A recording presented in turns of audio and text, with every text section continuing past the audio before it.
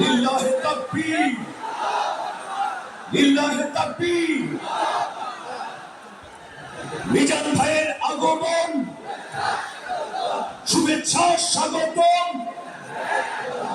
মিজান ভাইয়ের আগমন, লিল্লাহি তাকবীর, লিল্লাহি তাকবীর। সম্মানিত হাজিরিন, আমাদের কাঙ্ক্ষিত মেহমান উপস্থিত হয়েছেন। সকাল থেকে অধীর অপেক্ষায় যারা শীতে কষ্ট করেছেন, কুয়াশায় ভিজেছেন, তাদের প্রতীক্ষার অবসান হয়েছে। উপস্থিত হয়েছেন বিশ্বের অন্যতম প্রভাবশালী ইসলামী বক্তা, তাফসীরুল মাহফিলের পাঞ্জেরী, তরুণ প্রজন্মের নতিজা হযরত ডক্টর মিজানুর রহমান আজহারী হাফিজাহুল্লাহ। আমরা আরেকবার একটু তাকবীর দেব। নারায়ে তাকবীর, নারায়ে তাকবীর। প্রত্যেকেই আপনারা মোবাইলে আলো জ্বালিয়ে আলোর বন্যা বয়ে দেন। সারা বিশ্ব দেখো আজকে যশোর একটা অনন্য ইতিহাস তৈরি করেছে। প্রত্যেকে মোবাইলে লাইটের আলো দিয়ে বিশ্বকে জানিয়ে দিন যশোর ইতিহাস তৈরি করতে পারে, যশোর নতুন ইতিহাস লিখতে পারে। নারায়ে তাকবীর, নারায়ে তাকবীর। আল কোরআনের আলো, আল হাদিসের আলো, আজহারী সাহেবের আগমন। যশোরবাসীর পক্ষ থেকে, খুলনাবাসীর পক্ষ থেকে, তাওহীদি জনতার পক্ষ থেকে, আতিক ফাউন্ডেশনের পক্ষ থেকে নারায়ে তাকবীর। সবাই লাইট উঁচু করে দেখিয়ে দেন। আমাদের আলো স্বল্পতার কারণে মোহতারাম হয়তোবা দেখতে পাবেন না দর্শক কত। এখন এই লাইট চালানোতে উনি বুঝতে পারছেন লাখো লাখো তাওহীদি জনতার যে ঢল নেমেছে, এটা ইতিহাস সৃষ্টি করেছে। বাংলাদেশের ইতিহাসে এত বড় মাহফিল ইতিপূর্বে হয় নাই, বলেন ঠিক না? সুতরাং আমরা সবাই এই ইতিহাসের সাক্ষী হয়ে গেলাম। এ পর্যায়ে উপস্থাপনার দায়িত্ব মালিক ভাইয়ের কাছে। আজকের এই মাহফিল যিনি অত্যন্ত বুদ্ধিমত্তা এবং প্রজ্ঞা দিয়ে সাজিয়েছেন, আমাদের অভিভাবক doctor Sheikh Mohiuddin. Doctor Sheikh Mohiuddin sir কিছু বলবেন। ওহারা প্রচার করুক হিংসা বিদ্বেষ আর নিন্দাপাত, আমরা বলিব সাম্য শান্তি এক আল্লাহ জিন্দাবাদ। ওহারা চাহুক সংকীর্ণতা, পায়রার ক্ষোভ, জবার প্রেত, আমরা চাহিব মুক্ত আকাশ, উদার আলোক, প্রেম অভেদ। এবার সম্মানিত অতিথি তার তাফসীরুল কোরআন পেশ করবার আগে ডাক্তার শেখ মহিউদ্দিন স্যার আপনাদের উদ্দেশ্যে কিছু বলবেন।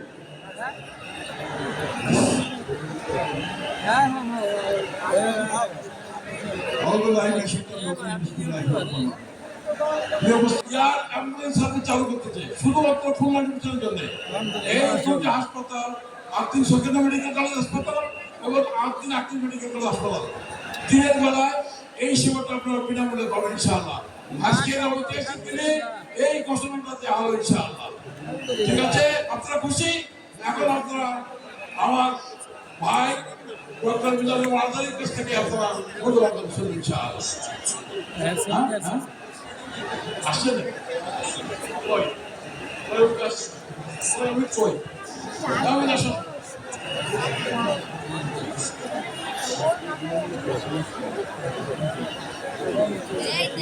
জায়গাটা থেকে ভাইদেরকে এখানে ঢুকায় দেন।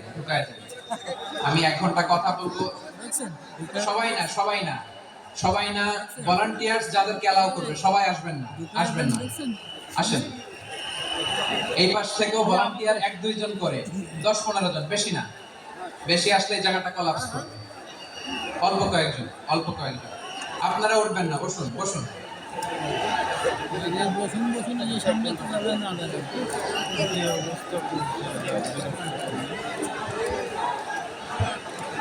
যাই দিন ব্যক্তিগত মানে চলে যাচ্ছে বসুন, মেহরবানি করে বসুন, বসুন। জি ঠিক আছে, বসুন, বসুন মেহরবানি করে। এই তো এই ডান দিকে মাশাআল্লাহ, মাশাআল্লাহ এরা একেবারে শান্ত। আসহাবুল ইয়ামিন মাশাআল্লাহ। এই যে বাম দিকে নো নো নো। জি ঠিক আছে, ভালোবাসা পেয়েছি। হ্যাঁ হ্যাঁ পেয়েছি পেয়েছি। বসো। যশোরের ছেলেরা অনেক স্মার্ট, হাতের ইশারাতে কাজ করে। হ্যাঁ বসে যাও, আওয়াজ হবে না, আওয়াজ হবে না। হ্যাঁ দেখেছি দেখেছি, হ্যাঁ ঠিক আছে ঠিক আছে, দেখেছি মাশাআল্লাহ। ঠিক আছে বসুন। আপনারা ভালো আছেন সবাই? শীতে কষ্ট হচ্ছে না? মাশাআল্লাহ। 3 দিন ব্যাপী তাফসীরুল কোরআনের প্রোগ্রামের সমাপনী রজনী আজকে। আমি খুব লম্বা সময় নিব না।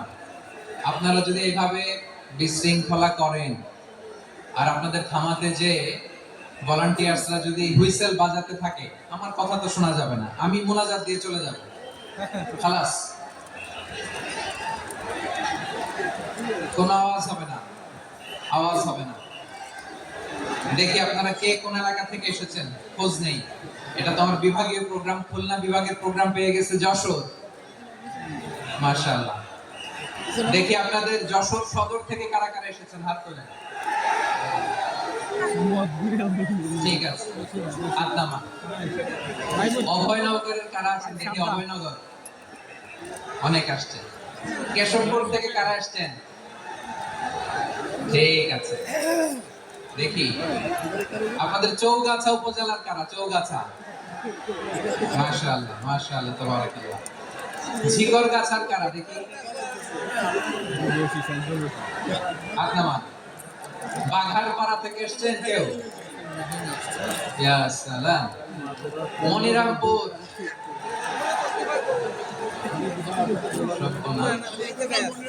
মনিরামপুর তো জয়যুক্ত হয়েছে।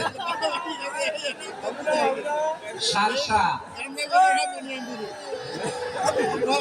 বেনাপোল, মাশাআল্লাহ। এবার যশোরের বাইরে চলে যায়, সাতক্ষীরা। ঠিক আছে, মেহেরপুরের কেউ আসছেন? মেহেরপুর, নড়াইল, চুয়াডাঙ্গা, আল্লাহু আকবার, কুষ্টিয়া, মাগুরা, খুলনা জেলার খুলনা,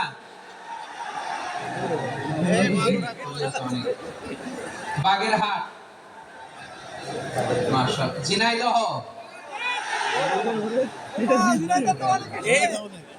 ঠিক আছে ঠিক আছে ঠিক আছে।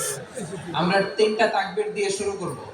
তাকবীর শেষ আর কারো কণ্ঠে কোনো আওয়াজ শুনতে চাই না, একটা আওয়াজ আমি শুনবো না, মেহেরবানি করে। প্রথমে আপনাদের এই যশোর জেলা যারা আছেন তারা আল্লাহর নামে তাকবীর করবেন, যশোর জেলা। এরপরে যশোর জেলার বাইরে অন্যান্য জেলা থেকে যারা এসেছেন তারা তাকবীর করবেন। আর সব শেষে আমরা সবাই মিলে 3টা তাকবীর করে শুরু করব ইনশাআল্লাহ। পড়ে আমার যশোরের ভাইরা রেডি হয়ে যান। আপনারা রেডি না? বাকিরা চুপচাপ, শুধু যশোরের ভাইরা তাকবীর করবে, আওয়াজ করে পড়ুন, লিল্লাহি তাকবীর। মাশাআল্লাহ তাবারাকাল্লাহ। যশোরের পারফরম্যান্স আমরা দেখলাম। এবার যশোর জেলার বাইরে থেকে অন্যান্য যত জেলা থেকে এসেছেন সবাই মিলে তাকবীর করবেন। যশোরের ভাইরা এবার চুপচাপ। যশোরের বাইরে অন্যান্য জেলার ভাইরা আপনারা রেডি তো? পড়ুন, তাকবীর পড়ুন, লিল্লাহি তাকবীর। মাশাআল্লাহ। এবার যশোরের বাইরে কোনো কথা নাই, সবাই মিলে পারা যাবে ইনশাআল্লাহ। আয়োজক, শ্রোতা, ভলান্টিয়ার্স সবাই মিলে, কেউ বাকি থাকবো না। 8 দিনের এই তাফসীরুল কোরআনের প্যান্ডেলকে আমরা আল্লাহর বরত্বের নামের ঘোষণায় প্রকম্পিত করব ইনশাআল্লাহ। ইনশাআল্লাহ। সবাই মিলে 3 তাকবীর, গলা ছেড়ে দিয়ে আওয়াজ করে পড়ুন লিল্লাহি তাকবীর, লিল্লাহি তাকবীর, লিল্লাহি তাকবীর। মাশাআল্লাহ। এই তো শান্ত হন, এবার শান্ত হন, আমরা শুরু করছি। এই যে কি তোমাদের এখানে কি আওয়াজ হবে না, আওয়াজ হবে না। প্রায় 30টার মতো এলইডি স্ক্রিন আছে, ওদিকে চলে যাও, ওদিকে চলে যাও, অথবা চুপ করে বসো বা দাঁড়িয়ে থাকো। আমরা শুরু করছি। শুরু করবে না। ইন্নাল হামদালিল্লাহ নাহমাদুহু ওয়া নাস্তাঈনুহু ওয়া নাস্তাগফিরুহ ওয়া নু'মিনু বিহি ওয়া নাতাওয়াক্কালু আলাইহি ওয়া না'উযু বিল্লাহি মিন শুরুরি আনফুসিনা ومن سيئات أعمالنا من يهده الله فلا مضل له ومن يضلل فلا هادي له أي فلن تجد له وليا مرشدا ونشهد أن لا إله إلا الله وحده لا شريك له هو الذي لا ضد له ولا ند له لا مثل له ولا مثيل له لا وزير له ولا كفيل له لا شبه له ولا شبيه له لا ولد له ولا والد له وهو الواحد الفرد الصمد لم يلد ولم يولد ولم يكن له كفوا أحد ونشهد أن سيدنا ونبينا وحبيبنا وبشيرنا ونذيرنا وطبيبنا وطبيب أكرامنا وحبيب ربنا محمدا عبد الله ورسوله أرسله بالحق بشيرا ونذيرا وداعيا إلى الله بإذنه وسراجا منيرا أما بعد فقد قال الله تعالى في كتابه المجيد وفي فرقانه الحميد أعوذ بالله من الشيطان الرجيم بسم الله الرحمن الرحيم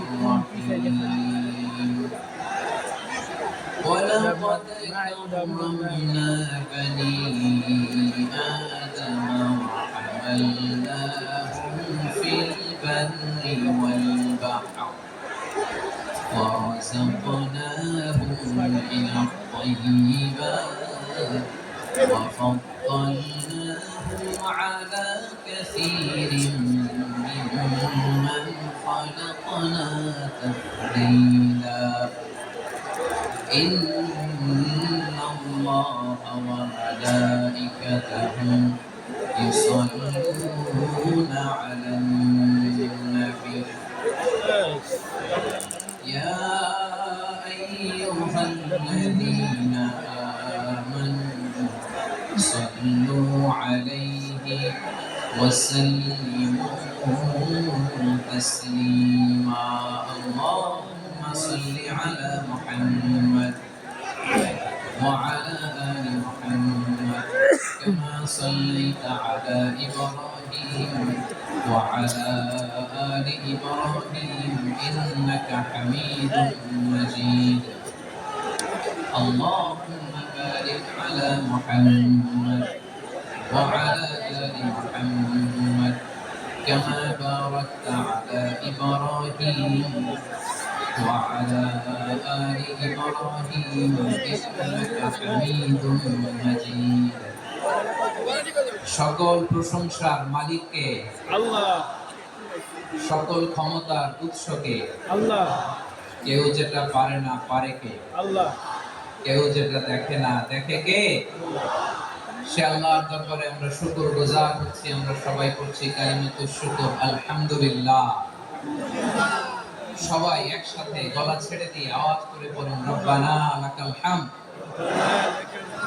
হামদান কাসীরান طيبا مباركا فيه يا ربي لك الحمد كما ينبغي لجلال وجهك وعظيم سلطانك لك الحمد بالإيمان الحمد بالإيمان، لك الحمد بالإسلام لك الحمد بالقرآن আল্লাহ রাব্বুল ইজ্জা ওয়াল জালালের দরবারে শুকরিয়া জ্ঞাপনের পাশাপাশি আমি আজকে এই প্রোগ্রামের অর্গানাইজিং কমিটিকে অন্তরের অন্তঃস্থল থেকে ধন্যবাদ জানাতে চাই যে আদ-দ্বীন ফাউন্ডেশন অথরিটি তারা 3 দিন ব্যাপী যশোরের ফুলের হাটে এরকম চমৎকার গোছানো ওয়েল অর্গানাইজড একটা তাফসীরুল কোরআনের প্রোগ্রামের আয়োজন করেছে আমি আল্লাহর শুকরিয়া জ্ঞাপনের পাশাপাশি তাদেরকে আমার অন্তরের অন্তঃস্থল থেকে শুকরিয়া ধন্যবাদ এবং মোবারকবাদ জানাতে চাই আজকের প্রোগ্রামে উপস্থিত আছেন বৃহত্তর খুলনা বিভাগে ব্যবসায়ী ভাইয়েরা কর্মজীবী ভাইয়েরা ছাত্র ভাইয়েরা পর্দার আড়ালে মহিলা প্যান্ডেলে আমার মায়েরা বোনেরা উপস্থিত আছেন কওমি মাদ্রাসার মুহতামিম বৃন্দ আলিয়া মাদ্রাসার প্রিন্সিপাল হুজুর শিক্ষক বৃন্দ ছাত্রবৃন্দ ইমাম সাহেব খতিব সাহেব মুয়াজ্জিন সাহেব আইন শৃঙ্খলায় কর্মরত ভাইরা ভলান্টিয়ার্স মিডিয়া কর্মী সাংবাদিক বন্ধুরা ইউটিউবার্স আমি সবাইকে অন্তরের অন্তঃস্থল থেকে শুভেচ্ছা জানিয়ে শুরু করতে চাই প্রিয় ভাইরা আমি জানি যশোরের মানুষ খুবই well civilized they know manners তারা ম্যানার জানে অতিথির সাথে কেমন আচরণ করতে হয় যশোরের লোকেরা এটা জানে কি জানে না বলেন স্টেজ থেকে ইনস্ট্রাকশন আসলে সেটা শুনতে হবে না শুনলে আমিও বলতে পারবো না আপনারাও উপকৃত হবেন না কোটি কোটি টাকা ব্যয় অনেক পরিশ্রম সাপেক্ষে অনেক ওয়েল ডিজাইন করে ওনারা প্রোগ্রাম করেছেন শেষ অধিবেশন যদি আপনারা ধাক্কা ধাক্কি বিশৃঙ্খলা করেন বঞ্চিত হব আমরা বঞ্চিত হব আপনারা বঞ্চিত হবেন মিডিয়া কর্মীদের মাধ্যমে দেশে বিদেশে কোটি কোটি দর্শক তারা বঞ্চিত হবে আর যদি একটা নীরব নিস্তব্ধ নিঝুম পরিবেশ আমাকে উপহার দেন আমি জনগুরুত্বপূর্ণ যেটা রাষ্ট্রের জন্য গুরুত্বপূর্ণ যেটা সামাজিকভাবে আমাদের জন্য গুরুত্বপূর্ণ আমার ব্যক্তি জীবনের জন্য গুরুত্বপূর্ণ গোটা মানবতার জন্য গুরুত্বপূর্ণ এরকম কিছু বার্তা আজকের এই ঐতিহাসিক যশোরের প্রোগ্রামে আমি রাখতে চাই ইনশাআল্লাহ কিন্তু সেজন্য সহযোগিতা করতে হবে যে ডান দিকের ছেলেরা মাশাআল্লাহ বলার সাথে সাথে ঠান্ডা কিন্তু এখানে এখনো ঠান্ডা হচ্ছে না তোমরা ভলান্টিয়ারদের কথা শোনো জায়গা না পেলে পেছনে যাও ধাক্কাধাক্কি করো কেন ভাইয়েরা এটা করো না এই যে তোমাদেরকে দেখতে পাচ্ছি তো একে অপরকে ধাক্কা ধাক্কি করে আমাকে দেখার চেষ্টা পেছনে চলে যাও move move on move sit or move আমি বারবার থামুন চুপ করুন বলতে পারবো না সিট অর মুভ অন 9টা প্যান্ডেল আছে এখানে ধাক্কাধাক্কির কোনো মানে হয় না তোমরা ধাক্কাধাক্কি করবা এই জন্য প্যান্ডেল করা হয় নাই 9টা বসো কোনো কথা নাই বসো বসো কানগুলো খরগোশের কানের মতো খাড়া করো কোনো আওয়াজ নেই কোনো আওয়াজ নেই এই যে প্রিয় ভাইরা আল্লাহর ওয়াস্তে চুপ করুন যশোরের ভাইরা আল্লাহর ওয়াস্তে চুপ করুন আমি 10 থেকে শূন্য গুনবো, এরপরে যদি আওয়াজ হয় চলে যাব কিন্তু কোনো আওয়াজ নাই। আমি কিছু জিজ্ঞেস করলে উত্তর দেওয়ার সময় গলা ফাটায় আওয়াজ করতে হবে, ঠিক কিনা? বাস, এর বাইরে আর আওয়াজ নেই। 10 থেকে শূন্য গুনবো, হয় বসো অন্য প্যান্ডেলে যাও, কোনো আওয়াজ হবে না। 10, 9, এটা নতুন 8, কাজ করে না। 7,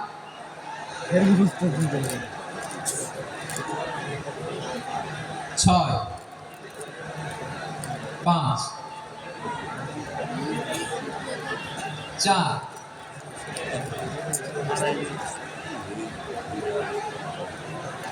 3, 2, 1, 0। প্রিয় ভাইয়েরা, অনেক আলোচনা হয়েছে 3 দিন ব্যাপী। দেশ বরেণ্য প্রথিত যশা ওলামায়ে হযরতের মুখে আপনারা অসংখ্য কথা শুনেছেন। আমলের জন্য এগুলোই যথেষ্ট। নতুন করে আমার বলার কিছুর দরকার নেই। নতুন করে উপস্থাপনার মতো বলার মতো আমার কাছে কিছু নাই। যা বলার 1500 বছর আগে আল্লাহ তাআলা উম্মাহকে বলে দিয়েছেন, ঠিক কি না? এমন কিতাব দান করেছে যে কিতাবে ভুল নাই। যতই পড়ি ততই শেখা যায়। বিয়ন্ডলেস, বাউন্ডলেস, বটমলেস, কুল কিনারা নাই। কুল কিনারা বিহীন সাগর, পড়েন সুবহানাল্লাহ। গত 3 দিন ধরে স্কলাররা যে সমস্ত বিষয় কোরআন সুন্নাহর আলোকে আলোচনা করেছে, আমরা যেন সেগুলোর উপর আমল করতে পারি। আল্লাহ তৌফিক দান করুন, আমরা পড়ি আমিন। আসলে এখানে আসার বসার, এই প্রোগ্রামে অংশগ্রহণ করার উদ্দেশ্যকে, নিয়তকে আমরা খালিস করব। আজকে আমরা যা শুনবো শিখবো আমলের নিয়তে শুনবো, ঠিক কিনা বলেন? শেষ পর্যন্ত নীরবতা বজায় রাখবেন। আমি উঠবো, আপনারা উঠবেন। এর আগে ওঠা যাবে না। স্কেজুলে একটু চেঞ্জ এসেছে, এশার সালাত হয়নি। আমার আলোচনার পরপরই আজান হবে। এশার সালাতে আমরা জামাতে অংশগ্রহণ করে একসাথে বিদায় নেব ইনশাআল্লাহ। বলেন, বিশৃঙ্খলা করলে আমার বোঝাতে পয়েন্টগুলো শেয়ার করতে দেরি হবে। আর এই যে এরকম নীরব নিস্তব্ধ থাকলে সুবিধা হবে। আল্লাহর ওয়াস্তে বি স্মার্ট। জায়গা না হলে চলে যাবেন, আওয়াজ করবেন না। ভলান্টিয়াররাও আওয়াজ নয়, ইশারা ইঙ্গিত। প্রিয় ভাইয়া, যে টপিকটি নিয়ে আমি আপনাদের সামনে আজকে কথা বলতে চাই, টপিকটি অনেক গুরুত্বপূর্ণ। টপিকটি হচ্ছে হিউম্যান রিসোর্স ডেভেলপমেন্ট, মানব সম্পদ উন্নয়ন। কারণ আল্লাহ তাআলা আমাদের যা দেখ আর না দেখ এটা দিছে। মানুষ আর মানুষ, 18 কোটি মানুষ, ঠিক কি না? এই 18 কোটি জনসংখ্যার দেশে বসবাস করে আমরা খুশি না বেজার? খুশি হইতে হবে, বেজার হবেন না। জাপানের খবর জানেন? তাদের গ্রোথ রেট নিচের দিকে, উল্টো। জনসংখ্যা নাই, বাচ্চা নিলে, সন্তান নিলে গভর্নমেন্ট তাদের টাকা দেয়। আমাদেরকে আল্লাহ তাআলা দয়া করে মায়া করে এই সম্পদটা দিয়েছে। এই মানব সম্পদকে যেন আমরা কাজে লাগাই ইনশাআল্লাহ। পড়েন সবাই। হিউম্যান রিসোর্স ডেভেলপমেন্ট অনেক জনগুরুত্বপূর্ণ বিষয়, খুব সেনসিটিভ বিষয়। বুঝতে হবে যশোরের স্মার্ট ছেলেরা, যে আমি যাদেরকে দেখতে পাচ্ছি, all are the Gen Z of Jashore. যারা জেন জি, ওরা স্মার্ট, ওরা ইশারা ইঙ্গিতে কাজ করে। এই যে পুরো গদি উল্টায় দিছে, ঠিক কি না? 24-এর ছাত্র নাগরিক অভ্যুত্থান আমাদের দেখিয়ে দিচ্ছে কিভাবে চোখের ইশারায় গদি উল্টে দিতে হয়। জেনজিদের নিয়ে বসেছে, ওরা তো স্মার্ট, ওরা ডিস্টার্ব করবে না। মেহরবানি করে আমার সাথে কানেক্ট করো, 1 to 1, brain to brain, eye to eye, eye contact করো আমার সাথে। তাকাও, কষ্ট হলো আমার দিকে তাকাও, আওয়াজ করা যাবে না, আমার দিকে তাকাও। প্রিয় ভাইরা, হিউম্যান রিসোর্স ডেভেলপমেন্টের ব্যাপারে কিছু কথা বলবো। এই যে আমাদের বিশাল জনসংখ্যা, এই জনসংখ্যাকে কি করে জনসম্পদে রূপান্তরিত করা যায় এই ব্যাপারে কথা বলবো। আমি সূরাতুল বনী ইসরাঈলের 70 নম্বর আয়াত তেলাওয়াত করেছি। এই আয়াতের আলোকে কিছু কথা আমি আপনাদের সামনে বলবো। আল্লাহ তাআলা ইরশাদ করছেন, ওয়ালাকাদ কাররামনা বনী আদম ওয়া হামালনাহুম ফিল বাররি ওয়াল বাহরি ওয়া রাযাকনাহুম মিনাত তাইয়্যিবাত ওয়া ফাদ্দালনাহুম আলা কাসীরিন মিম্মান খালাকনা তাফদীলা। পড়েন আল্লাহু আকবার।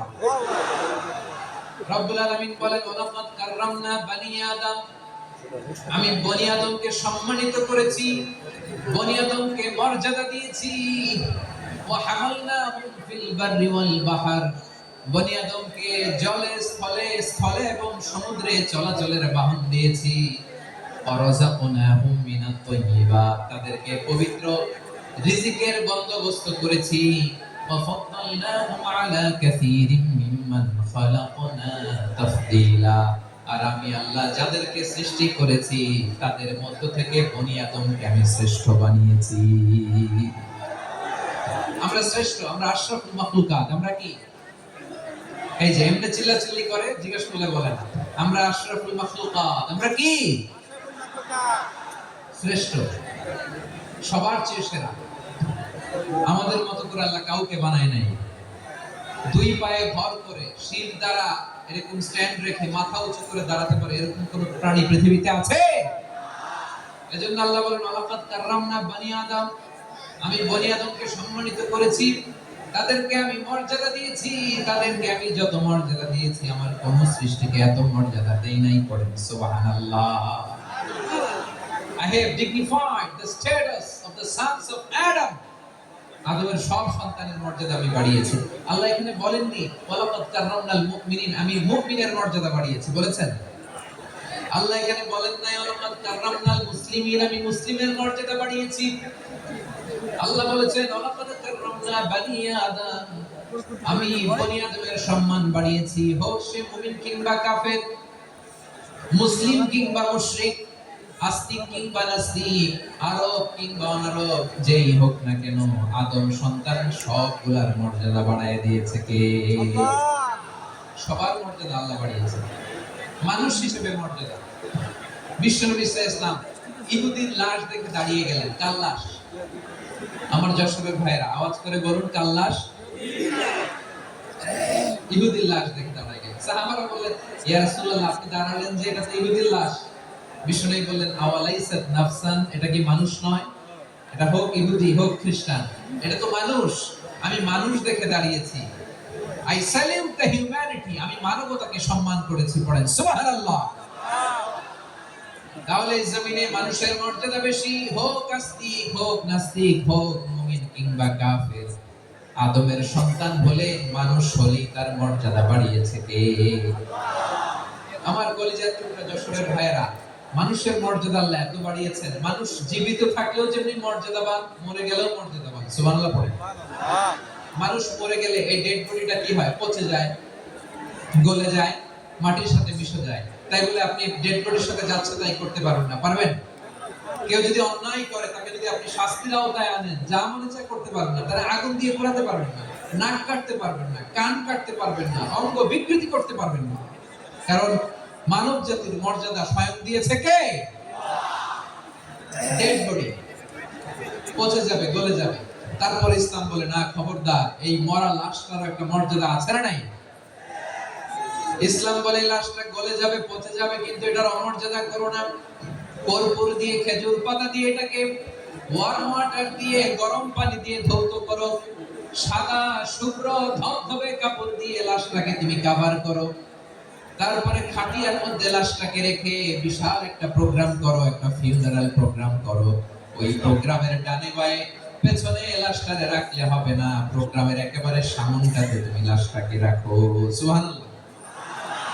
একটা ফিউনারাল প্রোগ্রাম করতে হবে, তাকে শেষ বিদায় জানাতে হবে, যেটাকে আমরা জানাজা বলি। কি বলি? জানাজা মানে মাইয়িতের জন্য দোয়া, তার জন্য দোয়া করা হয়। তাকে একটা সিস্টেমেটিক অর্ডারে কবরে রাখা হয়, সুন্দরভাবে সেটাকে কবরস্থ করা হয়, মাটি দেয়া হয়, পানি দেয়া হয়। তার মানে মরে গেলেও মানুষের সম্মান বাড়ায় দিয়েছে কে? এজন্য আল্লাহ বললেন ওয়ালাকাদ কাররামনা বনি আদম, বনি আদমের সম্মান মর্যাদা আমি আল্লাহ বাড়িয়ে দিয়েছি। মানুষের সম্মানে তুমি কখনো আঘাত করো না, ঠিক কি না? তাহলে ভাই, প্রথম মেসেজ হচ্ছে the first and foremost message tonight to the people of Jasur. আল্লাহ বলেন I have dignified the status of son of Adam, আমি বনি আদম সবার মর্যাদা বাড়িয়ে দিয়েছি। হোক আস্তিক নাস্তিক, হোক কাফের কিংবা মুশরিক, তার মর্যাদা বাড়াই দিয়েছে কে? আল্লাহ। যখন বন্যা হয় আমরা ত্রাণ নিয়ে যাই, আমরা শুধু মুসলমানদেরকে ত্রাণ দেই নাকি? হ্যাঁ, আমরা মুসলমান কেউ দেই, মুসলমানকেও দেই, হিন্দুকেও দেই, বৌদ্ধকেও দেই। যেখানেই মানবতা বিপন্ন সেখানে ইসলামের হেল্পিং হ্যান্ড আছে না নাই? সুবহানাল্লাহ, কি দিন আমরা পেয়েছি, কি বিধান আমরা পেয়েছি। ওয়ালাকাদ কাররামনা বানি আদম, আমি বনি আদমকে সম্মানিত করেছি। এরপর আল্লাহ বললেন ওয়া হামালনাহুম ফিল বাররি ওয়াল বাহর, মানুষকে স্থলে এবং সমুদ্রে চলাচলের বাহন আমি দিয়েছি। স্থলে কিভাবে চলবে, জলে কিভাবে চলবে, এই বাহনের ব্যবস্থা করেছে কে? এই জেনজি, এই সামড়া, ইরাম করতেছো কিসের জন্য? হ্যাঁ, ইরাম করলে চলবি? হ্যাঁ, বস বস বস বস। আওয়াজ করতেছে কেন? দিবানা কথা বলতে দিবানা আমাকে? এইটা বুঝি তোমাদের ভালোবাসার নমুনা? তোমাদের ভালোবাসার কারণে যদি আমি কোথাও দাঁড়াতেই না পারি, কোথাও বসতে না পারি, কোথাও দুটা কথা বলতে না পারি, এই ভালোবাসা দিয়ে কি হবে আমার? কিছু হবে না। বড় ঘামতে ঘামতে ঘরবাক্ত হব, রক্তাক্ত হব, কিন্তু সেন্ট্রাল থেকে সেন্ট্রালি যে ইনস্ট্রাকশন আসবে সেই ইনস্ট্রাকশনের এক চুল আমরা ডানে বায়ে যাব না।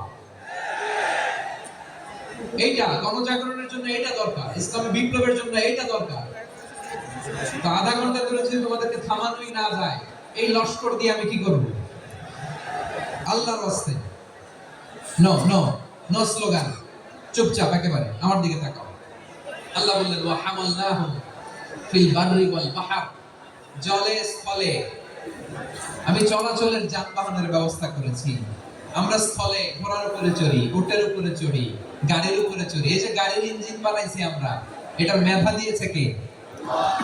আবার সাগরের মধ্যে আমরা নৌযান, জলযান, বড় বড় জাহাজ দিয়ে এক মহাদেশ থেকে আরেক মহাদেশ যাই, এক দেশ থেকে মালামাল গুলো আরেক দেশে পাঠাই।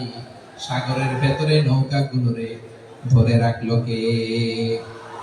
ওয়াল ফুলকিল্লাতী তাজরি ফিল বাহরি বিমা ইয়ানফাউন নাস, মানুষের উপকার আছে এরকম সরঞ্জামাদি নিয়ে সাগরের উপরে বিশাল বিশাল জলযানগুলো চলে, এগুলো ডুবে যায় না, কাত হয়ে যায় না, পড়ে যায় না। এগুলোকে স্থিতিস্থাপকতাকে ঠিক করে রাখলো কে?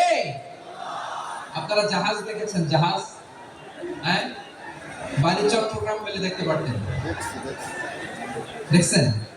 বিশাল বিশাল জাহাজ, বিশাল জাহাজ মালামাল নিয়ে এক মহাদেশ থেকে আরেক মহাদেশে যায়। গত মাসে আমার জাপান সফর ছিল। এই যে বাংলাদেশে যে গাড়িগুলো চালান, বেশিরভাগ গাড়ি আসে কিন্তু জাপান থেকে। হাজার হাজার গাড়ি একটা জাহাজ বহন করতে পারে, হাজার হাজার গাড়ি। এটা সাগরের মধ্যে ভাসাইলো কে? সবাই বলুন, ভাসালো কে? হাজার হাজার গাড়ি নিয়ে জাপানিজ গাড়িগুলো আমাদের চট্টগ্রামের এয়ারপোর্টের বন্দরে ফিরে। যুক্তরাষ্ট্রে আমি দেখেছি বিশাল বিশাল জাহাজ। আপনারা টাইটানিক জাহাজের নাম শুনেছেন? টাইটানিকেরও 8 গুণ 10 গুণ বড়। সুবহানাল্লাহ কইবেন না? টাইটানিক জাহাজের 8 গুণ 10 গুণ বড় একটা জাহাজ আছে, আইকন অফ দ্য সি, আমি দেখে এসেছি। রয়্যাল ক্যারিবিয়ান দেখে এসেছি। সাগরের সামনে জেটিতে যখন দাঁড়ালাম, জাহাজটা যখন যায়, আমার মনে হচ্ছে একটা শহর, গোটা শহর, the entire city is floating on the water. পুরো একটা শহর মনে হয় পানির উপর দিয়ে ভেসে যাচ্ছে। বলেন সুবহানাল্লাহ। এই যে আইকন অফ দ্য সি, এই ক্রুজ, এই জাহাজটা, এটার ভিতরে স্টেডিয়াম আছে। কিসের ভিতরে স্টেডিয়াম? কথা বোঝে নাই বোধহয়। স্টেডিয়াম কিসের ভিতর? সুইমিং পুল আছে, শপিং মল আছে, রেস্টুরেন্ট আছে, ক্লাব আছে, 3000 4000 রুম বিশিষ্ট, কক্ষ বিশিষ্ট হোটেল আছে। এই সবগুলোর নিয়ে এগুলো চলে সাগরের এই দোলার মধ্যে, জলোচ্ছ্বাসের মধ্যে, এই সাগরের ভেতরে এই জাহাজগুলোর ভাষায় রাখছে কে?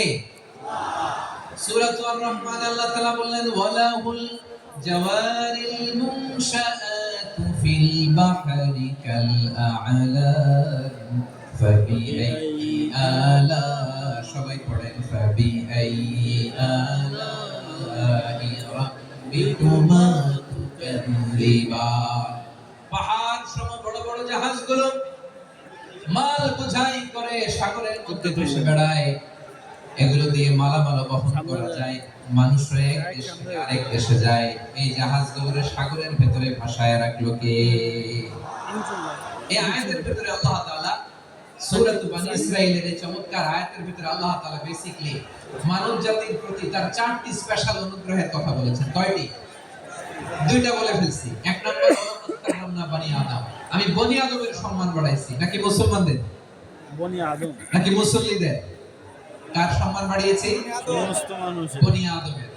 তাহলে human dignity, the first part of the verse talks about the human dignity.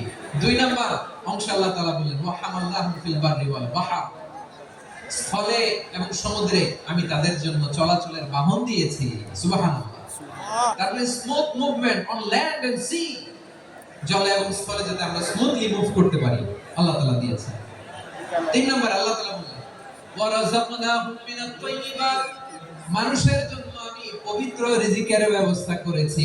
জলে এবং স্থলে যত প্রাণী আছে সবগুলা প্রাণীকে রিজিক দেয় কে? আমাদেরকে রিজিক দেয় কে? সাগরের মাছগুলোকে, বড় বড় তিমি মাছগুলোরে রিজিক দেয় কে?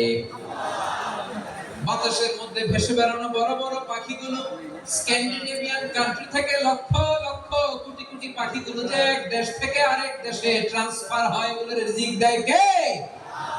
রব্বুল আলামিন বলেন ওয়ামা মিন দাব্বাতিন ফিল আরদি ইল্লা আলাল্লাহি রিজকুহা ওয়া ইয়ালামু মুস্তাকাররাহা ওয়া মুস্তাওদাআহা কুল্লুম ফি কিতাবিন মুবিন। আল্লাহু আকবার। রব্বুল আলামিন বলেন ভূপৃষ্ঠে বিচরণশীল যত প্রাণী আছে সব প্রাণীগুলোকে আমি আল্লাহ আমার নিজের কুদরতে রিজিকের বন্দোবস্ত করি। এই প্রাণীগুলো কোথায় থাকে, কোথায় যায়, সব জায়গায় আমি রিজিক পৌঁছে দেই। রিজিক কেউ দিতে পারে না, রিজিকের মালিক কে? রিজিকের মালিক তিনি আল্লাহ। এজন্য আল্লাহ তাআলা বললেন ওয়ারাযাকনাহুম মিনাত তাইয়্যিবাত। এরপরে আল্লাহ বললেন ওয়া ফাদ্দালনাহুম আলা কাসীরিন মিম্মান খালাকনা তাফদীলা।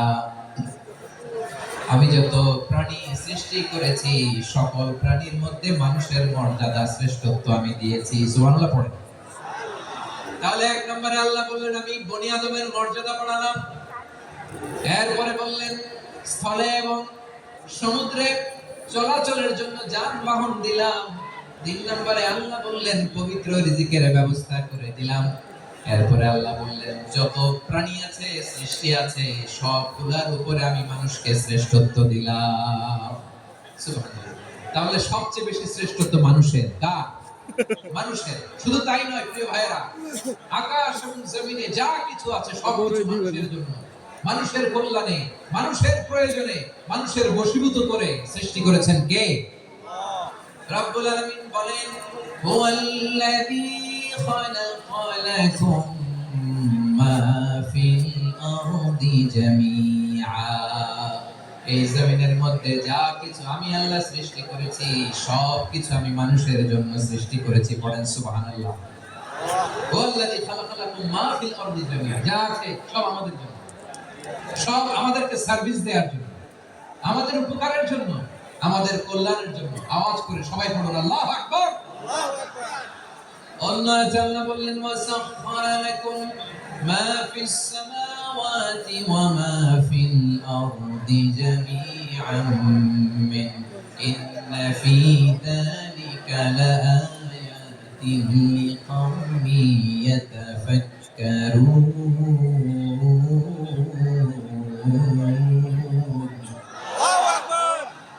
প্রথমে আল্লাহ বললেন জমিনে যা আছে সব তোমাদের কল্যাণে আমি সৃষ্টি করলাম। এরপরে আল্লাহ বললেন আকাশেও যা আছে সব তোমাদের জন্য সৃষ্টি করলাম, তোমাদের অনুগত বানিয়ে দিলাম। পড়েন সুবহানাল্লাহ। মানুষের কি ব্রেন দেখেন, মানুষ জমিন ছেড়ে আকাশে চলে যায়। পাখি দেখে মানুষের শখ হলো পাখি যেহেতু উঠতে পারে আমরাও পারবো। অরবিল রাইট, উইলবার রাইট, 2 ভাই মিলে আঁকাঝোঁকা করতে করতে করতে করতে প্লেন বানায় ফেললো। সুবহানাল্লাহ। এখন পাখিও ওরে, আমরাও ওরে। এরপরেই মানুষের কৌতূহল থামে না এখানে, মানুষ চলে গিয়েছে চাঁদে। কোথায় গেছে? এখন কিন্তু চাঁদে জমি বিক্রি হয় জানেন? পৃথিবী নিয়ে মারামারি শেষ। রাশিয়া আমেরিকা এখন ধরছে চাঁদ আর মঙ্গল গ্রহ।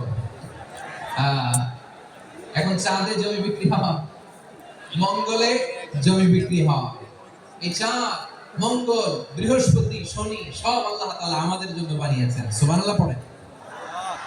মানুষ সাগরের উপরে চড়ে, শূন্যে ভেসে বেড়ায়, পাহাড় কেটে সুড়ঙ্গ বানায়, টানেল বানায়। মানুষ ব্রডব্যান্ডের লাইন নিয়ে যায় সাগরের ভেতর দিয়ে, এক দেশ থেকে আরেক দেশে, এক মহাদেশ থেকে আরেক মহাদেশে। সুবহানাল্লাহ পড়েন। তার মানে গোটা বিশ্বের সব কিছুর উপরে control, superiority over all creatures, সব কিছুর উপর কন্ট্রোল, মনিটরিং, নিয়ন্ত্রণ, এটা প্রতিষ্ঠা করে দিয়েছে কে? এজন্যই মানুষের শ্রেষ্ঠত্ব। ওয়ালাকাদ কাররামনা বানি আদম, আমি বনি আদমের সম্মান বাড়িয়েছি, মর্যাদা আমি বাড়িয়ে দিয়েছি। এই কারণে, কারণ মানুষ সবকিছুর উপর নিয়ন্ত্রণ দিতে পারে। মানুষকে নিয়ে এই কোরআনের সব আলোচনা, মানুষকে নিয়ে এই কোরআনের সব। তাই কোরআনের কেন্দ্রীয় আলোচ্য বিষয় হচ্ছে মানুষ। কোরআনের কেন্দ্রীয় আলোচ্য বিষয় কি? যশোরের ভাইরা বুঝে থাকলে সবাই বলবেন কোরআনের কেন্দ্রীয় আলোচ্য বিষয় কি? এই যে আমি মূল আলোচনায় যাচ্ছি এখন। কেন মানুষ কোরআনের কেন্দ্রীয় আলোচ্য বিষয়? এই যে ভাইরা, এই যে হাত জোর করে, এই যে Jessore Gen Z, the smart people of Jessore, হাত জোর করে বলতেছি, হাত জোর করে তোদের কাছে আল্লাহর দোহাই লাগে, স্টপ স্টপ। শুরুতে একবার বলেছেন জায়গা না হলে আস্তে আস্তে ধাক্কা দিবা, সামনে না পিছনে দিয়ে দিয়ে বের হয়ে চলে যাবে। এলইডিতে দেখো, এই যে এই যে আল্লাহর ওয়াস্তে জায়গা না হলে ওইদিকে যাও। কোরআনের মাহফিলে বিশৃঙ্খলা, এটা কাফিরদের আলামত। কাফিররা শীষ দিত, শীষ। বিশ্বনবী কোরআনের তাফসীর করলে কাফিররা শীষ দিত আর ক্ল্যাপিং করত, হুইসেল এন্ড ক্ল্যাপিং। তো আমরা কি এখানে বিশৃঙ্খলা করতে আসছি? তো বারবার থামানো লাগে কেন? কোনো আওয়াজ হবে না, বললাম স্টপ। আওয়াজ করে বলো কোরআনের কেন্দ্রীয় আলোচ্য বিষয় কি? মানুষ। সবাই বলেননি? এতগুলো মানুষ উত্তর দিলে এতটুকু আওয়াজ হয়, অন্তত আমি বিশ্বাস করি না। যশোর, আওয়াজ করে বলো কোরআনের কেন্দ্রীয় আলোচ্য বিষয় কি? মানুষ। মানুষ, এই মানুষ কোরআনের কেন্দ্রীয় আলোচ্য বিষয়। মানুষকে আল্লাহ স্বাধীনতা দিয়েছেন। ফামান শাআ ফালিউমিন ওয়া মান শাআ ফালিয়াকফুর।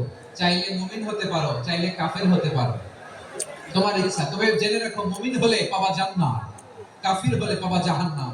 নাও দ্য ডিসিশন ইজ ইয়ার্স। সিদ্ধান্ত তোমার, জান্নাতে যাবা না জাহান্নামে যাবা। যশোরের ভাইরা আওয়াজ করে বলুন, কই যেতে চান, জান্নাতে না জাহান্নামে? জান্নাতে। ডান দিকে না বাম দিকে? ডান দিকে। ডানপন্থী না বামপন্থী? ডানপন্থী। চিল্লাচিল্লি না চুপচাপ? চুপচাপ। চুপচাপ করে আবার চিল্লাচিল্লি শুরু করেছে। মাশাআল্লাহ। তাহলে কোরআনের কেন্দ্রীয় আলোচ্য বিষয় মানুষ। আমার সাথে থাকতে হবে, তোমাদেরকে নিয়ে আমি আলোচনা শেষ পর্যন্ত যাব। অনেক গুরুত্বপূর্ণ কথা বাকি আছে, আমাকে সহযোগিতা করতে হবে। মাশাআল্লাহ, এই তো ঠান্ডা হয়েছে। হ্যাঁ ঠিক আছে, ঠিক আছে, ঠিক আছে। মানুষকে আল্লাহ এত স্বাধীনতা দিয়েছেন, মানুষ চাইলে অনেক ভালো হইতে পারে। ভালোর রাস্তাও খোলা, খারাপ হওয়ার রাস্তাও খোলা। ভালো হইলে মানুষ অনেক ভালো, খারাপ হইলে অনেক খারাপ। ভালো হইলে সবচেয়ে ভালো, খারাপ হইলে সবচেয়ে খারাপ। এজন্য সিদ্ধান্ত আপনাকে নিতে হবে। আল্লাহ তাআলা বলেছেন, লাকাদ খালাকনাল ইনসানা ফি আহসানি তাকওয়িম সুম্মা রাদাদনাহু আসফালা সাফিলিন। আমি মানুষকে অনেক সুন্দর অবয়বে, সুন্দর আকৃতিতে সৃষ্টি করেছি। তার শুধু চেহারার ডিজাইনটাই সুন্দর নয়, তার ব্রেনটা বড্ড সুন্দর, তার মানসিকতা বড্ড সুন্দর, তার সৃজনশীলতা বড্ড সুন্দর। পড়েন সুবহানাল্লাহ। আমাদের চেহারা, অবয়ব, ডিজাইন যে সুন্দর তা না, আমাদের ব্রেনটা অনেক সফিস্টিকেটেড ব্রেন, অনেক সফিস্টিকেটেড। এই 1.5 কেজি ব্রেন ইউজ করে মানুষ গোটা বিশ্বে সভ্যতা বিনির্মাণ করেছে, ঠিক কিনা? এই ব্রেন আল্লাহ তাআলা আমাকে দিয়েছে। এটা কাজে লাগালে, আপনার 6 সেন্স কাজে লাগালে আপনি অনন্য মানুষ হয়ে উঠবেন, মহামানবে রূপান্তরিত হবেন। মানুষ হতে পারে, চাইলেই মহামানব হতে পারে। আবার যদি মানুষ চাই খারাপও হতে পারে। আল্লাহ বললেন শুধু ভালোই না, ভালো হতে চাইলে অনেক ভালো তুমি হতে পারো, আবার খারাপ হতে চাইলে অনেক খারাপ তুমি হতে পারো। সুম্মা রাদা فرددناه أسفل سافلين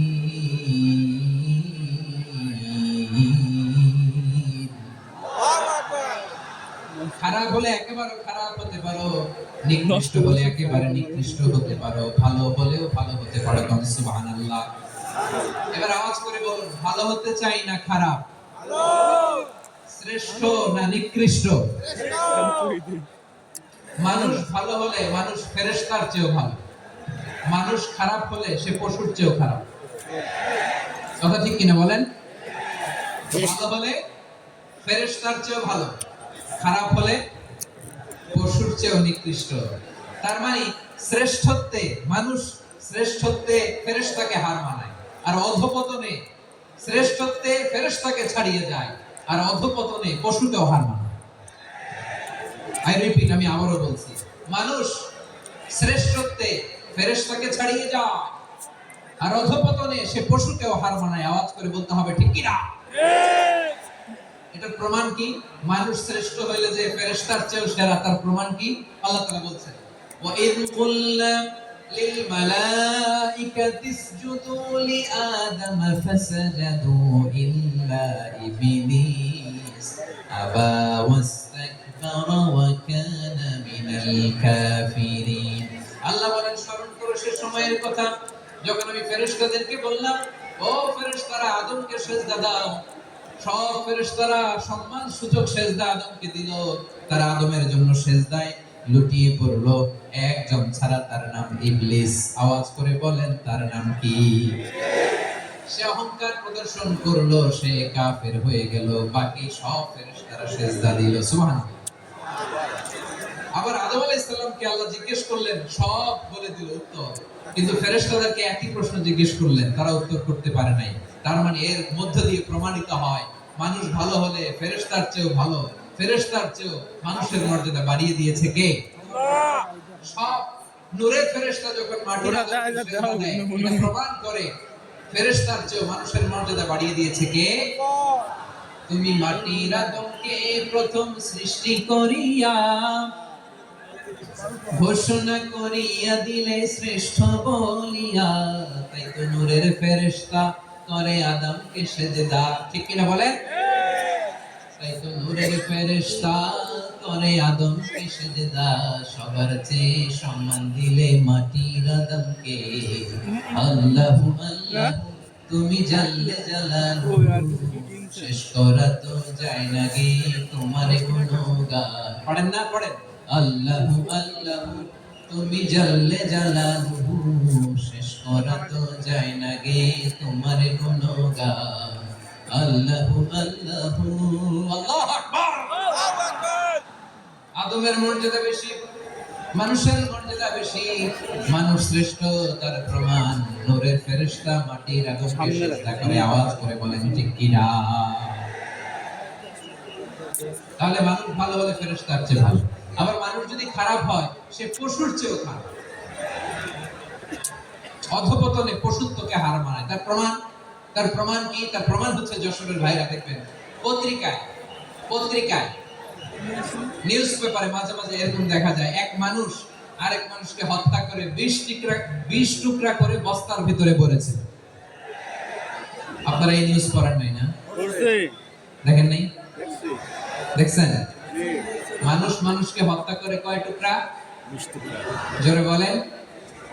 এখানেই ক্ষান্ত হয় না, আবার কোথায় পড়ছে? বস্তার ভিতরে। আচ্ছা, বুঝে থাকলে আওয়াজ করে বলেন, কোনদিন শুনছেন একটা হাতি আর একটা হাতিকে হত্যা করে 20 টুকরা করছে? এরপরে বস্তার ভিতরে পড়ছে? হইছে? তাহলে দেখেন, মানুষ যদি খারাপ হয় সে পশুকেও হার মানায়। চিল্লায় বলো ঠিক কিনা? এমনও দুশ্চরিত্র মানুষ আছে যার বদ নজর থেকে, যার নজর থেকে 6 মাসের ছোট্ট মেয়ে থেকে শুরু করে 80 বছরের বৃদ্ধারাও নিরাপদ নয়। পশুকেও হার মানায়। মানুষ মানুষের ঘর জ্বালিয়ে পুড়ে মেসাকার করে দেয়, জনপদের পর জনপদ জ্বালায় দেয়, এরকম আছে না নাই? বোমা মেরে শহরগুলো উড়িয়ে দেয়। এই যে ইসরায়েল গাজার মধ্যে যে অ্যাটাক করেছে, এরা মসজিদ মানে নাই, মসজিদে বম ফেলেছে। এরা খ্রিস্টানদের চার্চ গির্জা মানে নাই, গির্জায় বম ফেলেছে। পৃথিবীর ইতিহাসে never happened in the history of the world that someone bombed on a hospital, on an ICU center. এমন হাসপাতাল যেখানে আইসিইউ রোগীরা আছে, ওই হাসপাতালের উপরও ইসরায়েলি সৈনিকেরা বোমা মেরেছে। জোরে বলেন ঠিক কিনা? ঠিক। এরা মানুষ? আওয়াজ করে বলেন, এরা মানুষ না। প্রিয় ভাইয়েরা, চোখ কান নাক মুখ থাকলেই মানুষ না। যা সামনে দেখেন এগুলো সব মানুষ না, এগুলো জনসংখ্যা। এগুলো কি? জনসংখ্যা। সবাই বলুন, এগুলো কি? বাড়ছে জনসংখ্যা, কমছে মানুষ। বাড়ছে জনসংখ্যা, কমছে।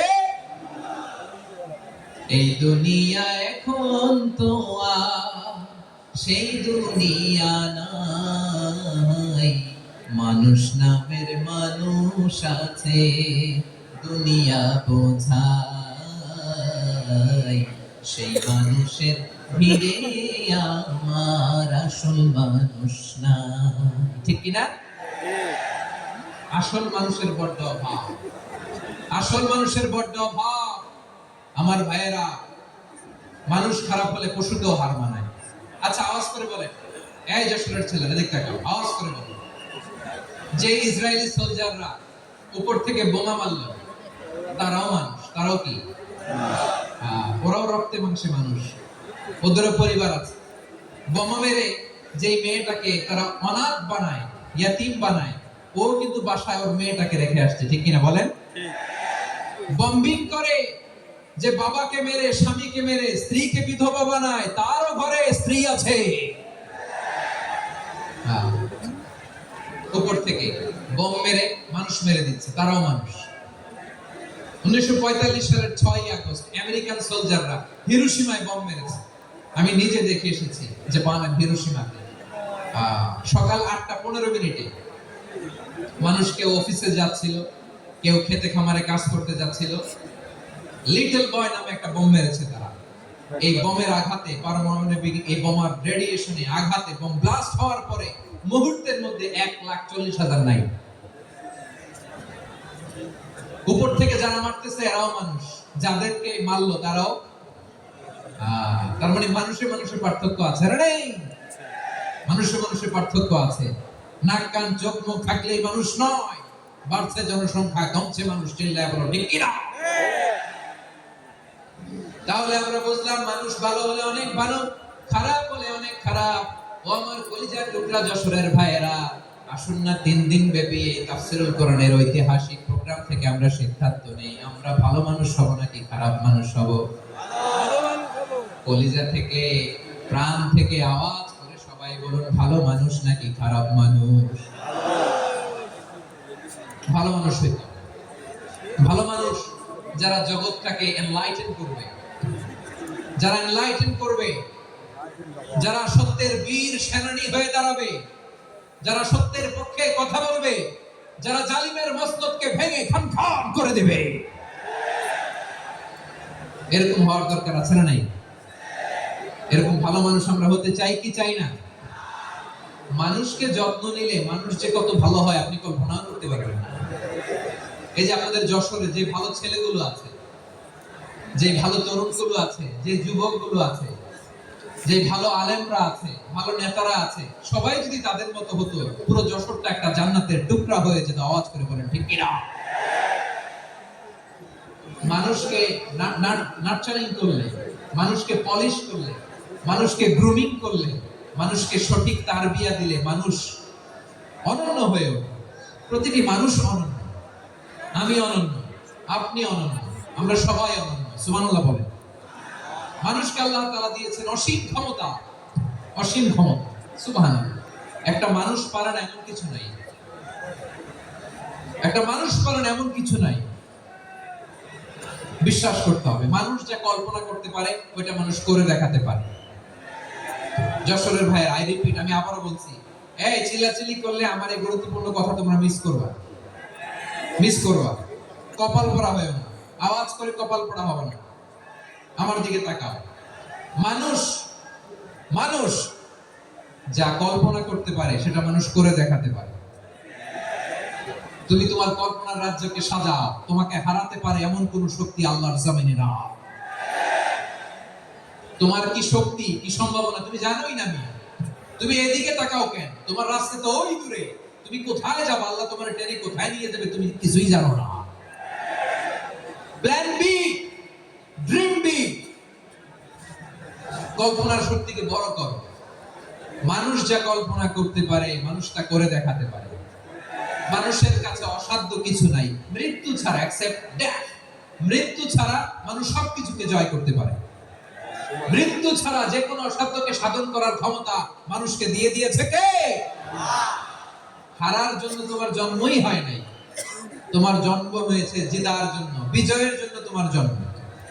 মানুষের শুরুটাই হয় বিজয় দিয়ে। যশোর, আওয়াজ করে বলো, মানুষের শুরু হয় কি দিয়ে? আমরা যখন আমার পিতার পৃষ্ঠদেশে ছিলাম, পিতার পৃষ্ঠদেশ থেকে শুক্রাণু যখন মায়ের গর্ভদেশে যেয়ে পড়ে, কতটা শুক্রাণু ভ্রমণ শুরু করে জানো? 20 কোটি শুক্রাণু। একবার সিমেন আউট হলে সেখানে 20 কোটি শুক্রাণু থাকে, ভ্রমণ শুরু করে। ওই 20 কোটি শুক্রাণুর মধ্যে থেকে তুমি আমি আজকে এক বিকশিত শুক্রাণু মানব রূপে পৃথিবীতে এসেছি। সুবহানাল্লাহ।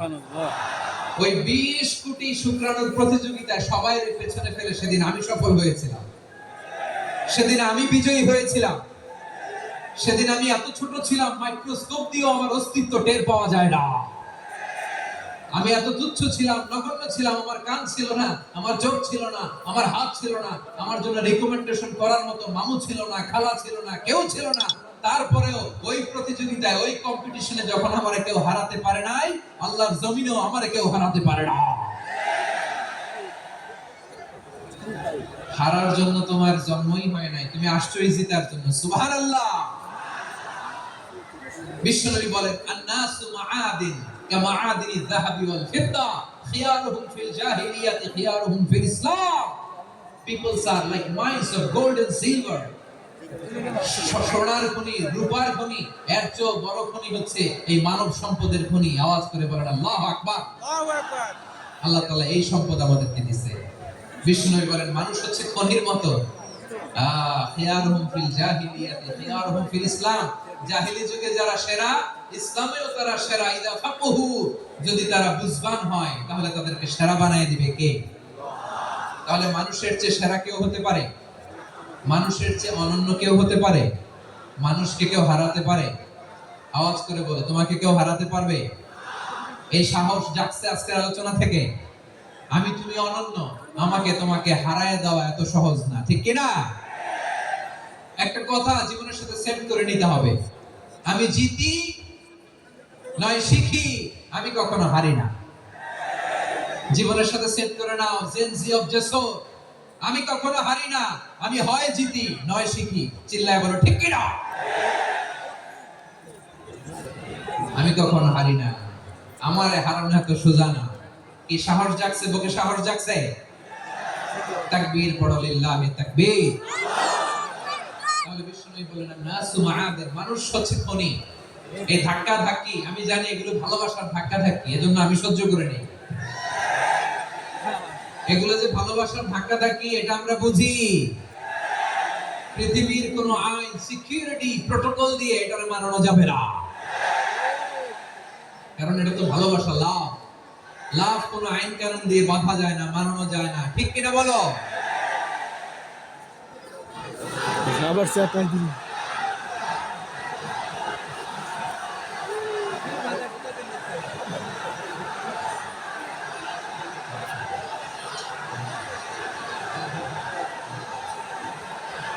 ঠিক আছে, বসুন বসুন বসুন।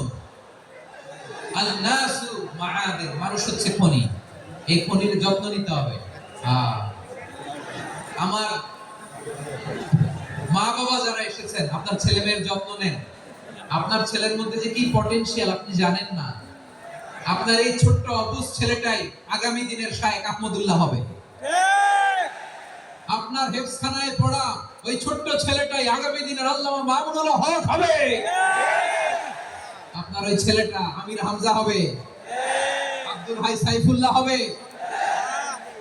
এভাবে বড় বড় আলেম হবে, তারা যুগ শ্রেষ্ঠ আলেম হবে। সেই একদিন এই বাংলাদেশের পার্লামেন্টে যে বক্তব্য দিয়ে যশোরের পক্ষে কথা বলবে। আপনি জানেন না, কাউকে ছোট করবেন না, আপনি ওর কনফিডেন্স আপনি কমাবেন না, আপনি কমাতে পারেন না। প্যান্ডেলে আমার যে মা বোনেরা আছেন, ছেলে মেয়েদেরকে কখনো ছোট করে কথা বলবেন না। বুঝে কোথায় যাবে আপনি জানেন না, আপনি মা হয়ে তাকে সাহস দিবেন, তার কল্পনার জগৎটাকে সাজাতে তাকে উৎসাহিত করবেন, ঠিক কিনা বলেন? আর আমার প্যান্ডেলে আমার প্রিয় শ্রদ্ধাশীলা মায়েরা বোনেরা, আপনারা তো আরো দামি সম্পদ। বিশ্বনবী বলেন, আর দুনিয়া কুল্লুহা মাতা। আল্লাহ আল্লাহ আল্লাহ, বিশ্বনবীর কথার ওজন দেখেন, আর দুনিয়া কুল্লুহা মাতা ওয়া খায়রু মাতা'আদ দুনিয়া আল মারআতু সালিহা। বিশ্বনবী বলেন, দুনিয়ায় যা দেখো সব আল্লাহর দেওয়া অ্যাসেট, মানে সম্পদ। আর এত অ্যাসেটের ভিড়ে সবচেয়ে শ্রেষ্ঠ সম্পদ হচ্ছে নেককার নারী। সুবহানাল্লাহ। ভাইয়েরা, বোনের সাথে খারাপ আচরণ করো না, সন্তান মায়ের সাথে খারাপ আচরণ করো না। আমাদের মায়েরা আমাদের asset, they are our priceless asset. কারণ এই মায়েদের পেটে এসেছে আল্লাহর ওলিরা, এই মায়েদের পেটে এসেছে খান জাহান আলী, এই মায়ের পেটে এসেছে শাহজালাল ইয়ামানি, এই মায়ের পেটে এসেছে আল্লাহর সব নবীরা। নাকি নবীরা আকাশ থেকে ধপ করে জমিনে নেমে আসছে? মায়ের পেটে আসছে। এই মায়ের পেটগুলো খনি। আমার সম্মানিতা মায়েরা বোনেরা, নিজেকে ইসলাম দিয়ে সাজান, নিজেকে ইসলাম দিয়ে সাজান, নিজেকে পবিত্র রাখুন, নিজের আব্রু ঈমান ইজ্জতের হেফাজত করুন, কোরআন পড়ুন, সুন্নাহ পড়ুন। আপনি জানেন না আপনার গর্ভে কে আসছে, কোন ক্ষমজন্মা পুরুষকে আল্লাহ তাআলা আপনার গর্ভে পাঠাবে আপনি জানেন না। মায়েরা, নিজেদেরকে পবিত্র রাখুন, ইসলাম চর্চা করুন, কোরআন চর্চা করুন, নৈতিকতা দিয়ে নিজেকে সাজান। যশোরের জেনজি, নিজেদেরকে প্রস্তুত রাখো আগামীর বাংলাদেশের জন্য। নৈতিকতা, মোরালিটি, ভ্যালিউজ দিয়ে নিজেকে সাজাও, ইসলাম দিয়ে নিজেকে সাজাও। কারণ আগামীর বাংলাদেশ ইসলামের বাংলাদেশ। বাংলাদেশের আসল পরিচয় ইসলাম। বাংলাদেশের আসল পরিচয় কি? সবাই বলে না ইসলাম। বাংলাদেশের আসল পরিচয় কি? এই ইসলাম নিয়ে আমরা সংসদ ভবন সাজাবো, রাজি আছি না নাই? শেকড় ভুলে যাওয়া যাবে না। আমরা ধাপে ধাপে শারিয়া আইনের দিকে যাব ইনশাআল্লাহ। কিন্তু জঙ্গিবাদ দিয়ে নয়, কট্টর পন্থা দিয়ে নয়। আমরা ইন্টেলেকচুয়ালি, গ্রাজুয়ালি, ধাপে ধাপে শারিয়া আইনের দিকে মুভ করব ইনশাআল্লাহ। বলো লিল্লাহি তাকবীর। এদেশের আসল পরিচয় ইসলাম। সবাই বলে না, আওয়াজ করে, এদেশের আসল পরিচয় ইসলাম। এদেশে আজান শুনে সূর্য ওঠে শহর গ্রামে, এদেশে আজান শুনে সূর্য ডোবে সন্ধ্যা নামে, এদেশে সকল কাজে সবাই বলে বিসমিল্লাহ, এদেশে ভালো কিছু দেখে শুনে হাসি মুখে সবাই বলে মাশাআল্লাহ।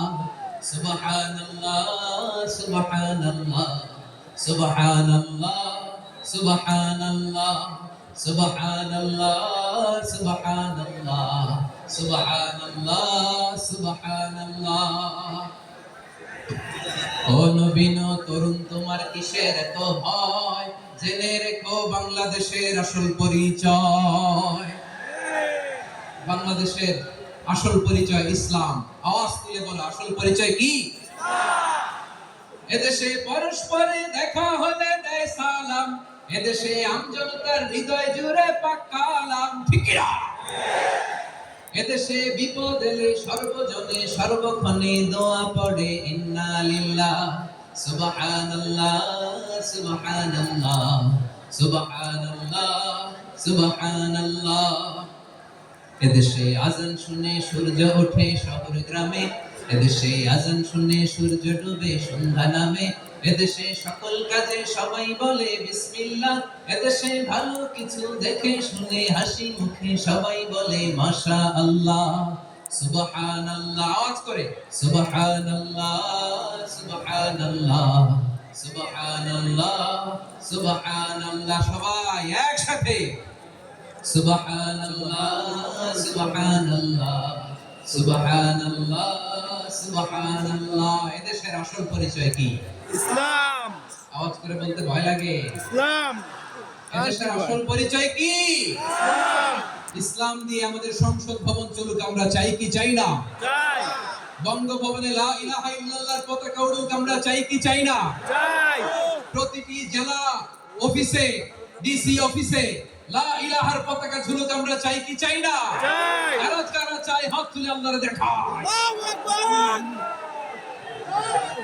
আল্লাহু আকবার, আল্লাহু আকবার।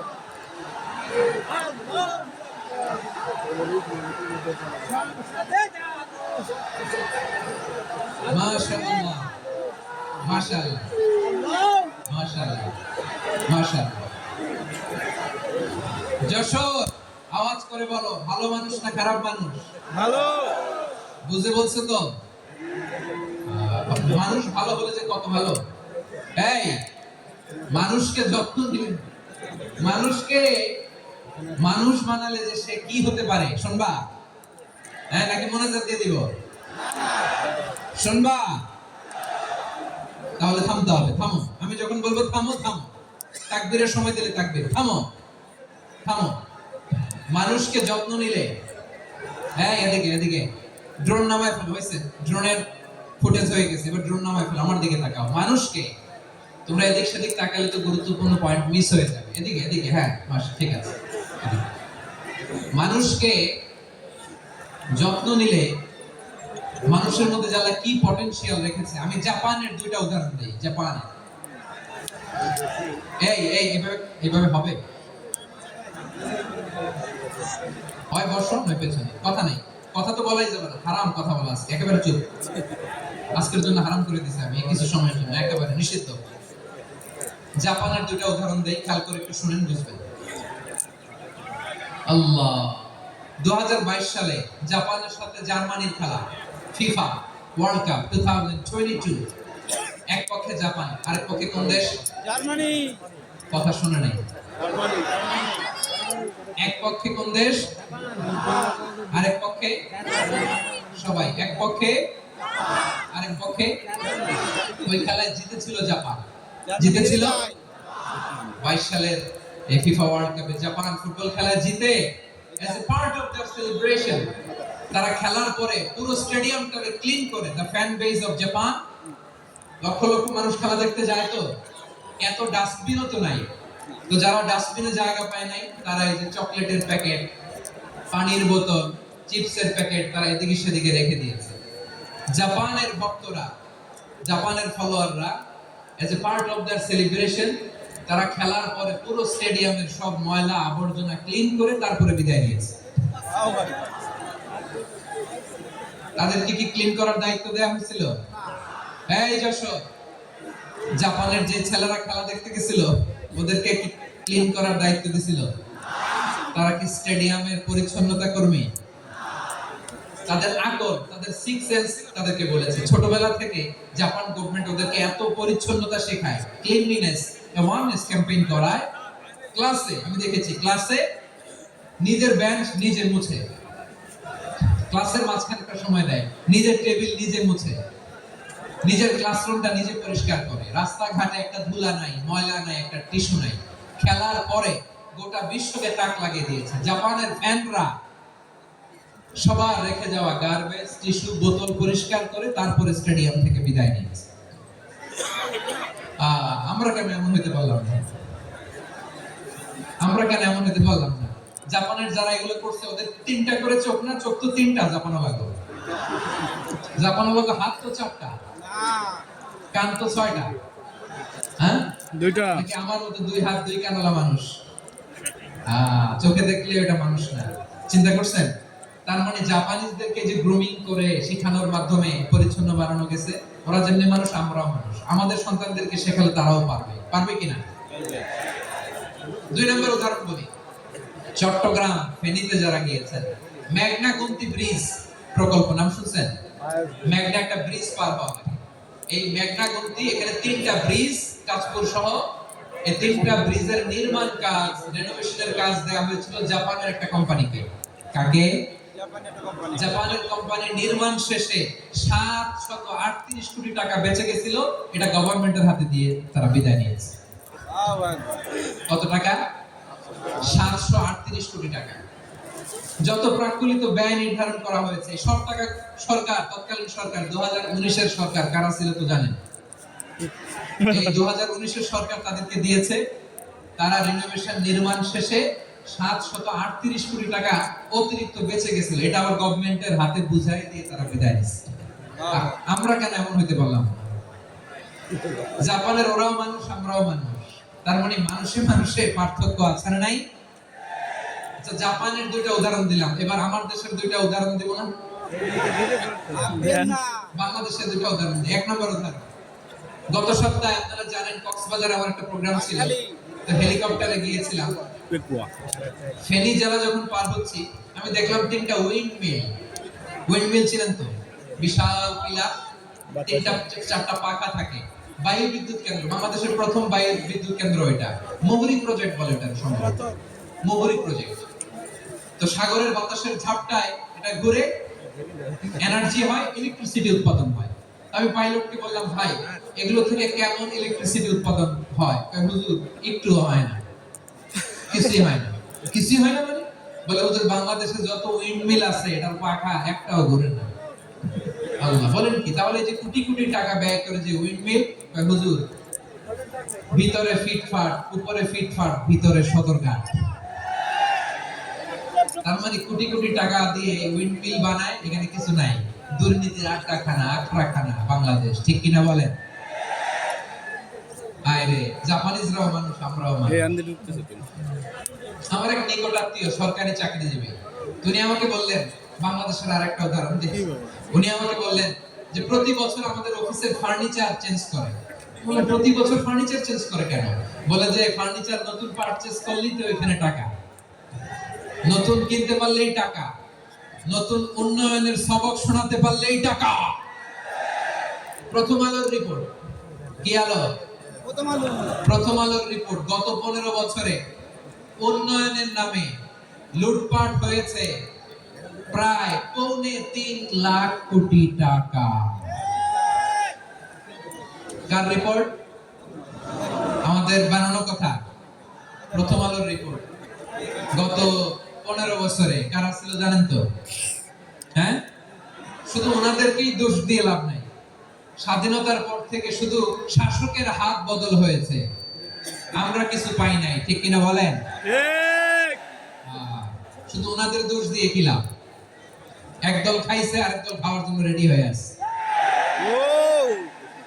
আমরা এরকম চাই না। আমরা চাই স্বাধীন সার্বভৌম বাংলাদেশ, আমরা চাই দুর্নীতিমুক্ত বাংলাদেশ। আমি নিউজটাতে কতবার বললাম, এটা কি সম্ভব? 3.25 লাখ কোটি টাকা লুটপাট, মানে লুটপাট করতে করতে এদেশের জনগণকে ফুটপাতে বসায় দিচ্ছে। জাপানের মানুষও মানুষ, আমরাও মানুষ। ভালো মানুষ না খারাপ মানুষ? আজকের আলোচনা মানব সম্পদের উন্নয়ন, human resource development. It's a process to increase the capacity of knowledge, skill, capacity of the people of a country. একটা দেশের মানুষের জ্ঞান, তাদের দক্ষতা কি করে বাড়ানো যায়, বাড়িয়ে দেশের উন্নয়ন করানো যায়, এটাই হচ্ছে মানব সম্পদ উন্নয়নের মূল কথা। তাহলে মানব সম্পদ হচ্ছে একটা দেশের সবচাইতে শক্তিশালী পুঁজি। প্রাকৃতিক সম্পদ, খনিজ সম্পদের চেয়েও দামি হচ্ছে মানব সম্পদ। আমার প্রিয় যশোর, প্রাকৃতিক সম্পদ, খনিজ সম্পদের চেয়ে দামি সম্পদ কি সম্পদ? আল্লাহ তাআলা দয়া করে আমাদেরকে মানব সম্পদ দিয়েছেন। আসুন আমাদের এই মানুষগুলোকে আমরা সোনার মানুষ বানাই। রাজি আছেন তো সবাই? রাজি আছেন? মানুষ পারে না এমন কোনো কিছু নাই, চাইলে সব পারে। এজন্য মানুষকে তারবিয়া দিতে হবে, যথাযথভাবে তাদেরকে গড়তে হবে। আসুন আমরা সিরাতের আয়নায় বিশ্বনবীর জীবনী থেকে দেখি তিনি কিভাবে হিউম্যান রিসোর্সকে ম্যানেজ করতেন। যদি আপনাদের সময় হয় যে একটা উদাহরণ দিয়ে আজকে আমি আমার আলোচনার বিদায় নিব। হবে সময় হবে কয়েক মিনিট? শান্ত থাকবেন তো? শান্ত থাকবা? হ্যাঁ ঠিক আছে। এই ধাক্কার মধ্যে ঢুকছে, এবার মজা বুঝতেছো তো? হ্যাঁ মানা করছিলাম না? ঠিক আছে, টের পাও। হ্যাঁ ঠিক আছে। যে আওয়াজ করবে আমি ওকে দেখতেছি, কে কে আওয়াজ করবে দেখতেছি। শেষ কথা, শেষের দিকে চলে আসছি। বিষ্ণু ইসলাম কিভাবে হিউম্যান রিসোর্স কে ম্যানেজ করতেন, মজার কথা আছে কয়েকটা, বলে বিদায় নিই। বিশ্বনবী কিভাবে এই মানব সম্পদকে ম্যানেজ করতেন। বিশ্বনবী he was a very good talent hunter, চৌকস ট্যালেন্ট হান্টার ছিল। কার মধ্যে কি ট্যালেন্ট আছে দেখলেই বুঝে ফেলতেন। সুবহানাল্লাহ পড়বেন না? কি নবী আমরা পেয়েছি, he was a very good talent hunter. আমার নবী তিনি চৌকস ট্যালেন্ট হান্টার ছিলেন। কার মধ্যে কি প্রতিভা বের করতেন, ওই প্রতিভাকে ইসলামের কল্যাণে কাজে লাগাতেন। সুবহানাল্লাহ বলে। যাকে যেই জায়গায় সেট করলে ভালো হবে তাকে ওই জায়গায় সেট করতেন। কয়েকজন সাহাবীর জীবনী শুনি। আবু মাহজুরা রাদিয়াল্লাহু তাআলা মক্কার মুয়াজ্জিন, আগে ছিল মুশরিক, পরে হয়েছে মুমিন। উনি কিভাবে মুমিন হলেন এই ঘটনাটা একটু আপনাদের শোনাতে চাই, কিন্তু আপনাদের তো সময় নাই হাতে। সময় আছে? এই জেনজি শেষ করে দিল আজকের প্রোগ্রামটা। 1 ঘন্টা ধাক্কা ধাক্কি করে কেমন দাঁড়ায় আছে আমি বুঝলাম না।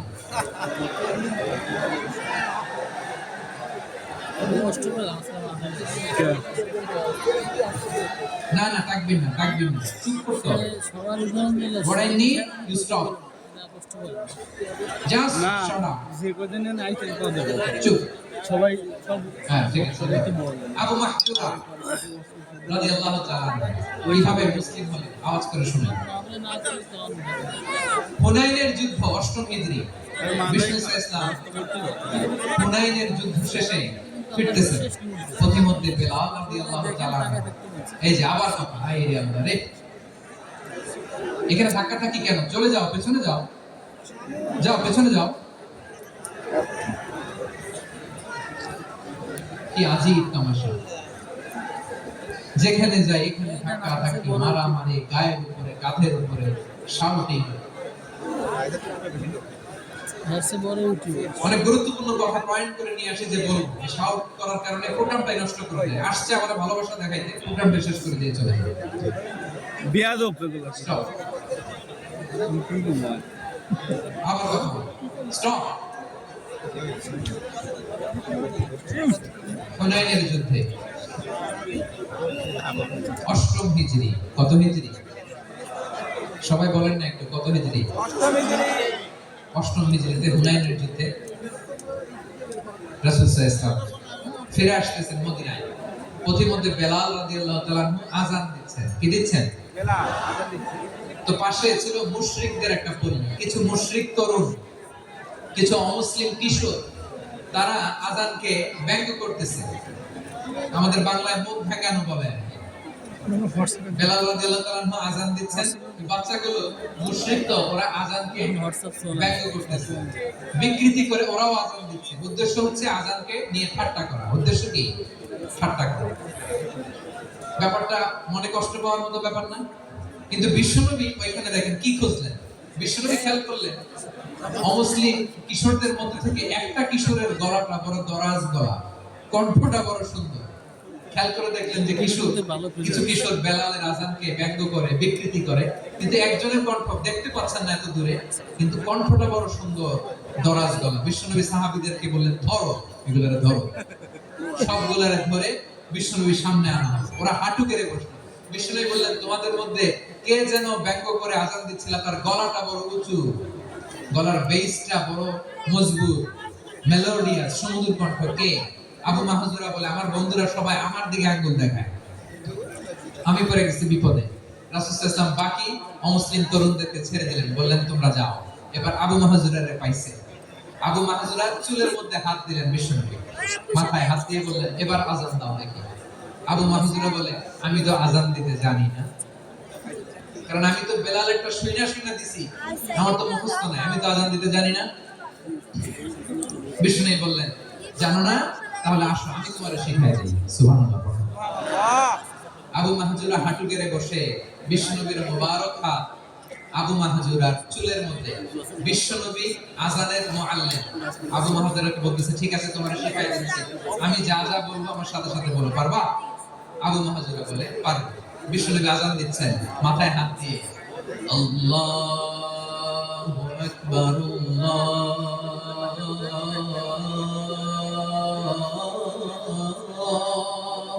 আকবার। আবু মাহাজুরা এই বাক্যটা পড়লেন, বিশ্বনবী দ্বিতীয় বাক্য পড়তে আরম্ভ করলেন, আল্লাহু আকবার,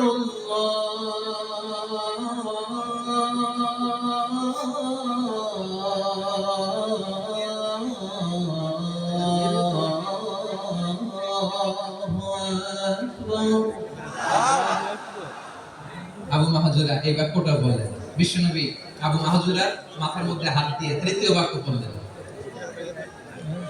আশহাদু আল্লা ইলাহা ইল্লাল্লাহ।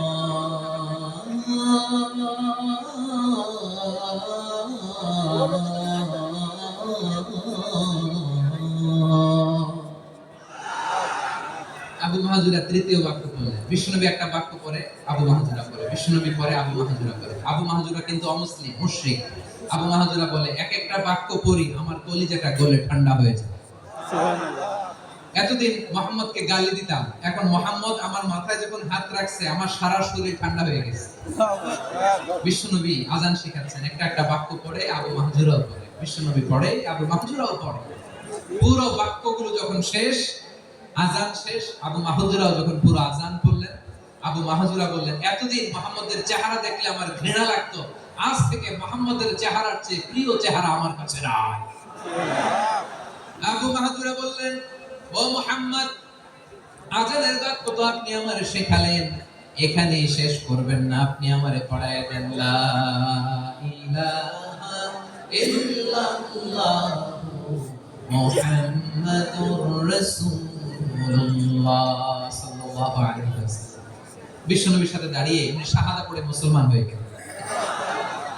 এবার আবু মাহাজুরা বললেন, ইয়া রাসূলুল্লাহ, ইয়া হাবিবাল্লাহ, আমি মুমিন হয়েছি, মুসলমান হয়েছি,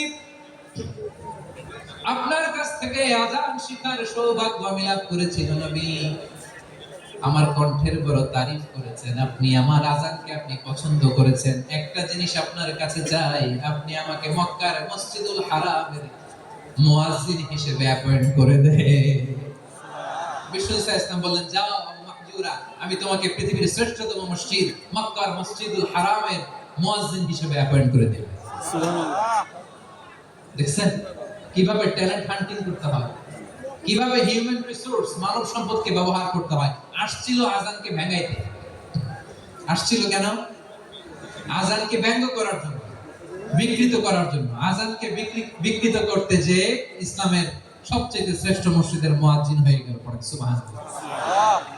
হযরত আবু মাহজুরা রাদিয়াল্লাহু তাআলা আনহু ওনার এই সুরলিত কণ্ঠ ব্যবহার করে মসজিদুল হারামে এত সুন্দর করে আল্লাহু আকবার বলে আজান দিতেন, মানুষগুলোর, মুসল্লিগুলোর, মক্কাবাসীর হৃদয়কে তিনি বিগলিত করে দিতেন, মানুষের হৃদয়কে ঠান্ডা হয়ে যেত। শুধু এখানেই শেষ না আমার যশোরের ভাইয়েরা, বিশ্বনবী যখন সাইয়েদনা আবু মাহজুরা রাদিয়াল্লাহু তাআলা আনহুকে আযান শেখাচ্ছিলেন, বলেন তো বিশ্বনবীর হাতটা কোথায় ছিল? মাথায়। আবু মাহজুরার মাথার সামনে এই চুলের উপরে ছিল। আবু মাহজুরা ওই স্মৃতিটাকে ধারণ করবার জন্য, ওই স্মৃতিকে বহন করার জন্য বিশ্বনবীর মোবারক হাত আবু মাহজুরার কপালের চুলের যেই জায়গায় লেগেছে, মৃত্যুর আগের দিন পর্যন্ত আবু মাহজুরা মাথার ওই চুলে কোনোদিন ছুরি আর কামার লাগায় না, সেখানে কেচি লাগায় নাই, চুলের মধ্যে খুর লাগায় নাই। আবু মাহজুরা ডান দিকের চুল কাটতো, বাম দিকের চুল কাটতো, পেছনের চুল কাটতো, সামনের চুল কাটতো না। আবু মাহজুরা রাদিয়াল্লাহু তাআলা আনহুর সামনের চুলগুলো বড় হতে হতে যখন এত বড় হয়ে যায়, তিনি চুলগুলো পেঁচিয়ে মাথার মধ্যে রাখতেন, তারপরে তিনি পাগড়ি পরতেন। সবাই জিজ্ঞেস করতো, আবু মাহজুরা, এটা আবার কেমন স্টাইল? দেখতে তোমার কি বিদঘুটে লাগে? কেমন অড লাগে? কেমন খারাপ দেখা যায়? মক্কায় এমন কোন মানুষ তো দেখি নাই, ডানে চুল কাটে, বায়ে চুল কাটে, পেছনে চুল কাটে, সামনে কাটে না। ওরে আবু মাহজুরা, কেমন দেখা যায় তোমারে? তুমি সামনের চুল কাটো না কেন? আবু মাহজুরা বলে, আমি হাঁটু গেড়ে পেয়ারা নবীর সামনে বসেছিলাম, আমার এই মাথার চুলের মধ্যে মুবারক হাত লাগিয়ে বিশ্বনবী নিজে আমাকে আজানের প্রতিটা বাক্য শিক্ষা দিয়েছেন। বিশ্বনবীর মুবারক হাত, পবিত্র হাত আমার মাথার চুলের যে জায়গায় লেগেছে, আমি চাই ওই চুলগুলা নিয়ে আমি আমার কবরের ভিতরে যাব। সাইয়েদনা আবু মাহজুরা রাদিয়াল্লাহু তাআলা আনহু ইন্তেকালের আগে পর্যন্ত মাথার সামনের চুলগুলা কাটে নাই। মাথার সামনের চুল তিনি কাটেন নাই। সুবহানাল্লাহ বিহামদি। কেমন ভালোবাসতেন বিশ্বনবী সাহাবীদেরকে, সাহাবারা কেমন ভালোবাসতেন বিশ্বনবীকে। সামনের চুলগুলো বড় হতে হতে এত বড় ছিল, পেঁচিয়ে রেখে পাগড়ি পরতেন, কাটতেন না। নবীর হাত লেগেছিল। সুবহানাল্লাহ পড়ে।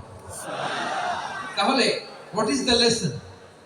মোরাল অফ দ্য স্টোরি কি? মোরাল অফ দ্য স্টোরি হচ্ছে, আসছিল আজানকে ব্যঙ্গ করার জন্য, বিকৃত করার জন্য, হয়ে গেল মসজিদুল হারামের মুয়াজ্জিন। দেখেন বিশ্বনবী একটা খারাপ সিচুয়েশনের মধ্যে থেকে কি ভালো জিনিস বের করে আনলেন।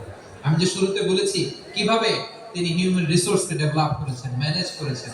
তিনি যে চৌকুশ ট্যালেন্ট হান্টার ছিল, দেখেন সবার মধ্যে থেকে এর বাছাই করে মুয়াজ্জিন বানিয়ে দিয়েছেন। সুবহানাল্লাহ বলেন। তার মানে এই না সবাই ধরে ধরে উনি মুয়াজ্জিন বানাইছেন। যার যে ট্যালেন্ট আছে তাকে ওই কাজে অ্যাসাইন করেছেন। যার যে প্রতিভা আছে তার প্রতিভাকে ইসলামের কাজে লাগিয়েছেন। সুবহানাল্লাহ। যায়েদ বিন সাবিত রাদিয়াল্লাহু তাআলা আনহু নাম শুনেছেন? জি। যশো কথা বের হয় না। যদি জায়গায় সালমান খানের নাম শুনছেন, সবাই হাত তুলবে, জি হুজুর শুনছি, মানে সব দেখা শেষ। সালমান খান, আমির খান, অমুক খান, সব খান মুখস্থ, কিন্তু যায়েদ বিন সাবিতের নাম মুখস্থ নাই মুসলমানদের। যে সাহাবী মাথার সামনের চুল কাটে নাই, মসজিদুল হারামের মুয়াজ্জিন বানাইছেন বিশ্বনবী, সাহাবীর নাম কি? হুজুরা। খায়া ফেলেস, স্লোগানের সাথে খায়া ফেলেস। আবু মাহজুরা, কি নাম?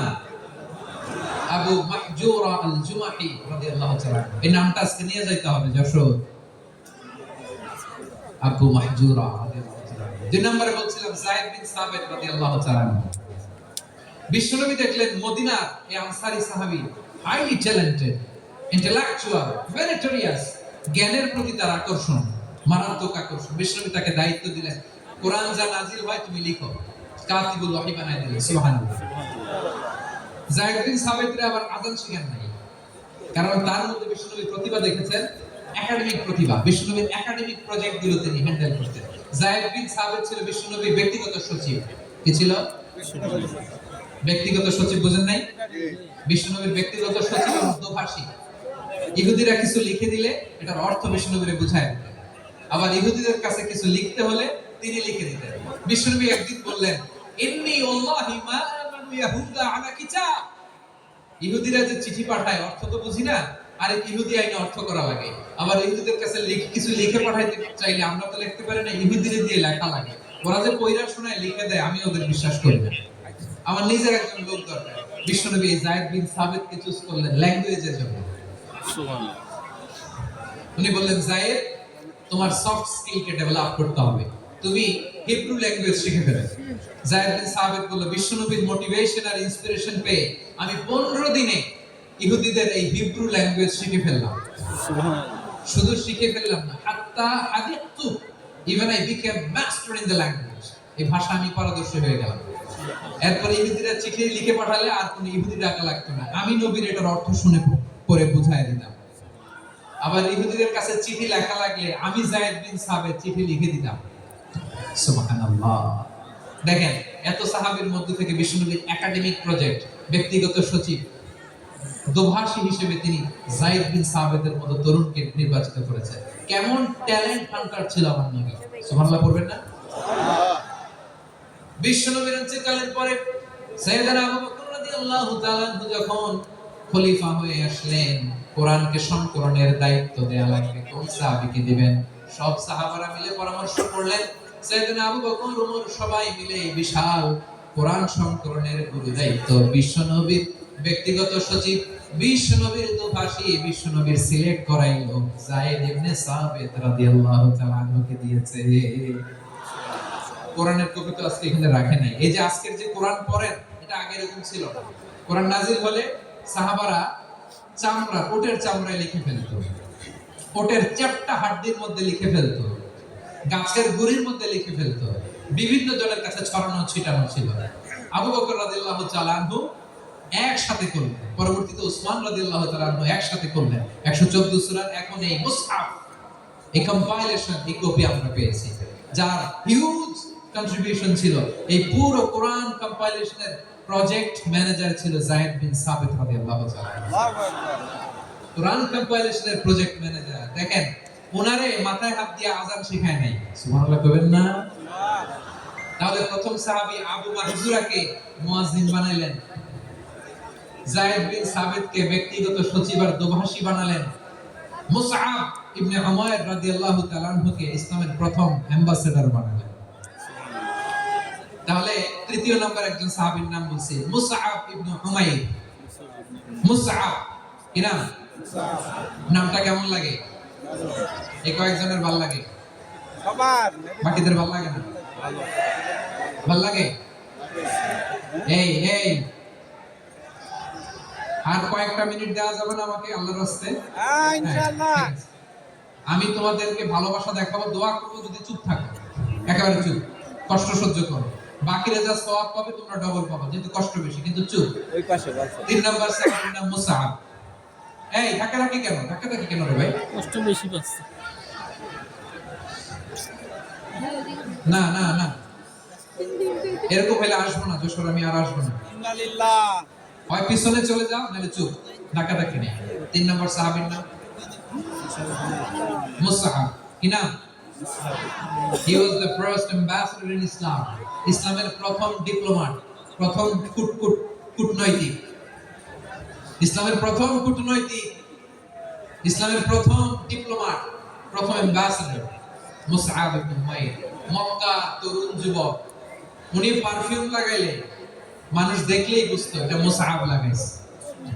এমন ড্যাশিং ফেসের ছিল, এমন স্মার্ট ড্যাশিং ফেস, এমন পার্সোনালিটির মানুষ ছিল মুসআব রাদিয়াল্লাহু তাআলা। কারণ যিনি ইসলামের স্পোকম্যান হবেন, মুখপাত্র হবেন, তার স্মার্ট পাওয়ার দরকার আছে না নাই? আছে। আকাবার প্রথম শপথ যখন হলো, তাদের সাথে বিষ্ণু ইসলাম মদিনাতে একজন মুখপাত্র পাঠালেন, ডিপ্লোম্যাটকে পাঠালেন, অ্যাম্বাসেডর অফ ইসলাম, তিনি হচ্ছেন মুসআব ইবনে উমাইর। পড়েন সুবহানাল্লাহ। বিশ্বনবী দেখলেন সে অনেক স্মার্ট, তার ডেডিকেশন আছে, সিনসিয়ারিটি আছে, এবং মদিনায় যে আউস খাজরাজ গোত্রের নেতাদের সাথে ডিল করতে হবে, ইহুদিদের সাথে ডিল করতে হবে, ওখানে একজন পাক্কা জানু খেলোয়াড়ের দরকার আছে না নাই? মুসআব ইবনে উমাইর রাদিয়াল্লাহু তাআলা আনহু, ওনাকে বিষ্ণু ইসলাম চুজ করলেন। এবং বিষ্ণু ইসলামের এই চুজিংটা, এই সিলেকশনটা এত সুন্দর ছিল, তিনি মদিনাতে যে বিশ্বনবী আসার আগে মদিনার জমিনকে তিনি উর্বর করে ফেলছেন। প্রতিটা ঘরে ঘরে কালিমার দাওয়াত তিনি পৌঁছায় দিয়েছেন। জুমার বিধান নাযিল হয়েছে, কিন্তু মক্কায় পরিবেশ নাই জুমা পালনের। বিষ্ণু ইসলাম একজনকে দিয়ে খবর পাঠালেন, যাও মদিনায় মুসাবকে যে বলো, মুসাব তো আমার শিক্ষক, আমার স্পোকম্যান, মদিনাতে যেন তারা জুমা কায়েম করে। বিশ্বনবীর আগেই মুসাব মদিনার মুসলিমদেরকে নিয়ে মদিনায় প্রথম জুমা কায়েম করে ফেলছে। সুবহানাল্লাহ। ডিপ্লোম্যাটদের কেমন হইতে হয়, অ্যাম্বাসেডরের কেমন হইতে হয়, মুসআব রাদিয়াল্লাহু তাআলা আনহুর কাছ থেকে শিখেন। মুসআব নামটা কেমন লাগে? যশোর যাদের সন্তান হবে, ছেলে সন্তান, আমার রাস্তায় পাইলে সবাই জিজ্ঞেস করে, হুজুর একটা নাম দেন, আমার ছেলে হবে। যশোরবাসীর জন্য আমি একটা নাম দিয়ে দিলাম, নাম রাখতে হবে মুসআব। কি নাম? নামটা যাদের ভালো লাগে, ছেলে সন্তান অনাগত আসবে, মনে চাইলে নাম রেখে দিবেন মুসআব রাদিয়াল্লাহু তাআলা আনহুর নামে মুসআব। তাহলে মুসআব রাদিয়াল্লাহু তাআলা আনহুকে বিশ্বনবী ল্যাঙ্গুয়েজ শিখান নাই, সফট স্কিল শিখান নাই। যায়েদ রাদিয়াল্লাহু তিনি হিব্রু ল্যাঙ্গুয়েজ শিখেছেন, সুরিয়ানি শিখেছেন, কিন্তু মুসআবকে তিনি বানিয়েছেন the spokesman of Islam, the first diplomat, the ambassador of Islam. সুবহানাল্লাহ পড়বেন না? আব্দুল্লাহ ইবনে আব্বাস রাদিয়াল্লাহু তাআলা আনহু, বিশ্বনবীর কাজী, চাচাতো ভাই। আবার মাইমুনা রাদিয়াল্লাহু তাআলা আনহু, মাইমুনা নবীর স্ত্রী, তিনি ছিলেন আব্দুল্লাহর আপন খালা। তো নবীর বউ যদি ওনার খালা হয়, নবী তার কি? বুঝা নাই, নবী তার কি? খালু। তাহলে সম্পর্ক অনেক গভীর, কাজী আমার খালু। ছোট্ট মানুষ, তাই রাতে মাঝে মাঝে ঘরে থাকতেন। বিশ্বনবী দেখলেন আব্দুল্লাহ যেহেতু আমার ঘরে ঢুকতে পারে, আব্দুল্লাহর এই উম্মতের বড় শিক্ষাবিদ বানাইতে হবে। কথা বোঝে নাই? আব্দুল্লাহকে কি বানাইতে হবে? শিক্ষাবিদ, এডুকেটর অফ দিস উম্মাহ, এই উম্মাহ শিক্ষাবিদ বানাইতে হবে।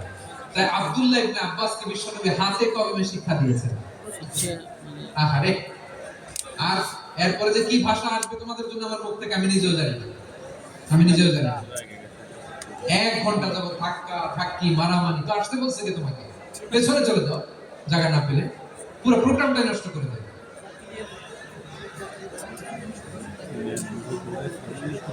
জি, আমার দিকে তাকান, আমি শেষ করে দিচ্ছি। হবে না, ইন্টেলেকচুয়াল আলোচনা এখানে হবে না, আমি বুঝতে পারছি। আমি শেষ করে দিচ্ছি।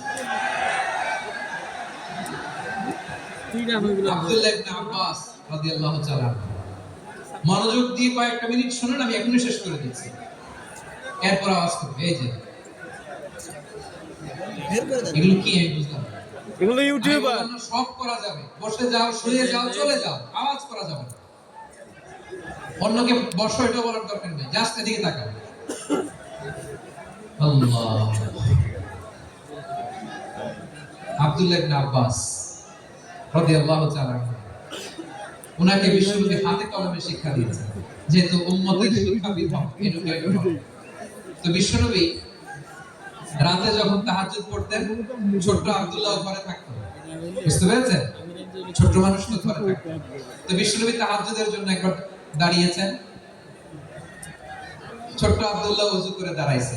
আচ্ছা বলেন তো, ইমাম আর মুসল্লি মোট যদি 2 জন হয়, একজন ইমাম একজন মুসল্লি, তো মুসল্লি ইমামের কোন দিকে দাঁড়াবে? ডান দিকে। ডানে দাঁড়াবে। ছোট্ট আব্দুল্লাহ বুঝে নাই, বিশ্বনবী তাহাজ্জুদ শুরু করেছেন, উনি একটা করছেন আর দাঁড়াইছেন বাঁয়ে। কোথায় দাঁড়িয়েছেন? আব্দুল্লাহ বলেন, যখন আমি বাঁয়ে দাঁড়ালাম, আখাযা রাসূলুল্লাহ সাল্লাল্লাহু আলাইহি ওয়াসাল্লাম উযুনি আল ইউমনা ইয়াফতিলুহা, বিশ্বনবী নামাজরত অবস্থায় আমার কান ধরে টেনে আমার ডান দিকে এনে দাঁড় করায় দিলেন। দেখেন, হাতে কলমে শিক্ষা। আর জীবনে ভুলাবে? কথা কয় না, আর ভুলাবে? আর ভুলাবে না। এভাবে বিশ্বনবী অনেক সময় পেয়েছেন, সফর করেছেন, একই বাহনে বসেছেন, এক বাহনে বসে লম্বা নসিহত করেছেন, বলেছেন, ইয়া গোলাম ইহফাদিল্লাহ ইয়াহফাজকা, ইহফাদিল্লাহ তাজিদহু তুজাহাক, ইদা সাআলতা ফাসআলিল্লাহ ওয়া ইদা ইসতাআনতা ফাসতাঈন বিল্লাহ। আল্লাহর বিধান মানো, আল্লাহর বিধান রক্ষা করো, আল্লাহ তোমায় রক্ষা করবে। আব্দুল্লাহ, চাইতে হলে আল্লাহর কাছে যাও, সাহায্য চাইতে হলে আল্লাহর কাছে সাহায্য চাও। মনে রাখো, গোটা বিশ্বের সবাই যদি তোমার সাহায্য করতে চায়, ততটুকুই করতে পারবে যতটুকু আল্লাহ তোমার নসিবে লিখেছে। গোটা বিশ্ব যদি তোমার বিরুদ্ধে ষড়যন্ত্রে দাঁড়িয়ে যায়, ক্ষতি ততটুকু করতে পারবে যতটুকু তোমার জন্য বরাদ্দ আছে। এর বাইরে কিছু করতে পারবে না। আওয়াজ করে বলেন ঠিক কিনা? এভাবে হাতে কলমে শেখা। বিশ্বনবী সঙ্গ পেয়েছেন, ওনাকে বিষ্ণু ইসলাম শিক্ষাবিদ, এডুকেটর অফ দিস উম্মাহ হিসেবে সিলেক্ট করেছেন, হাতে কলমে শিখিয়েছেন। বিশ্বনবী একবার প্রকৃতির ডাকে সাড়া দিয়ে এসেছেন। এখন কি করতে হবে? নামাজের জন্য ওযু করতে হবে। বিশ্বনবী এসেই দেখেন ওযুর বদনায় পানি ভরা, খুশি হয়ে গেলেন। বললেন, কে রেখেছে পানি? একজন বলল, আব্দুল্লাহ রেখেছে। বিশ্বনবী অত্যন্ত খুশি হলেন, খুশি হয়ে একটা দোয়া করলেন, বললেন, আল্লাহুম্মা ফাক্কিহু ফিদ-দীন ওয়া আল্লিমহু তা'বীর। আল্লাহ, তুমি আব্দুল্লাহকে দ্বীনের বুঝ দিও আর কোরআনের তাফসীর শিক্ষা দিও। বিশ্বনবীর এই দোয়া এমন লাগছে, উনি রাইসুল মুফাসসিরিন, এই পৃথিবীতে যত মুফাসসির ছিল, যত মুফাসসির আসবে, সকল মুফাসসিরের সম্রাট হিসেবে স্বীকৃত হয়েছে। সুবহানাল্লাহ। আব্দুল্লাহ ইবনে আব্বাস, বিশ্বনবী ওনারে আযান শেখান নাই, বিশ্বনবী ওনারে ল্যাঙ্গুয়েজ শেখান নাই, বিশ্বনবী ওনারে অ্যাম্বাসেডর বানান নাই, হাতে কলমে শিক্ষা দিয়েছেন। ছোট মানুষ বিশ্বনবী ইন্তেকাল করলেন, আবু বকরের সময় গেল, ওমর ফারুকের খেলাফত, তখনও তিনি তরুণ। ওমর ফারুক রাদিয়াল্লাহু তাআলা ওনার ক্যাবিনেট মিনিস্ট্রির বৈঠকে এই আব্দুল্লাহ ইবনে আব্বাসকে পাশ দিয়ে বসায় রাখতেন। বয়স্ক সাহাবারা এটা পছন্দ করতেন না। তারা বলতো, ঘটনা কি? আব্দুল্লাহর মতো ছেলে নাতি আমাদের আছে, এরা কেন রাখে ওমর ফারুক? ওমর ফারুক এটা টের পেলেন, তিনি বুঝতে পারলেন যে ক্যাবিনেট মেম্বাররা এটা পছন্দ করে না, ছোট আব্দুল্লাহরা কেন রাখি, কেন যে রাখি, এটা একদিন বোঝাবো। একদিন মিটিং এ তিনি সবাইকে বললেন, ইদা জাআ নাসরুল্লাহি ওয়াল ফাত। এই আয়াত দ্বারা উদ্দেশ্য কি বলেন তো মুরব্বি সাহাবীরা? এক সাহাবী বলেন, এই সূরা দ্বারা উদ্দেশ্য, আল্লাহ বলেছেন আমাদেরকে বিভিন্ন ল্যান্ড, বিভিন্ন এলাকা বিজয় করতে হবে। ওমর ফারুক বললেন না, হয়নি। আরেকজন বললেন বিজয় হওয়ার পর আমাদের বেশি বেশি আল্লাহর বরত্বের ঘোষণা দিতে হবে, এটা উদ্দেশ্য।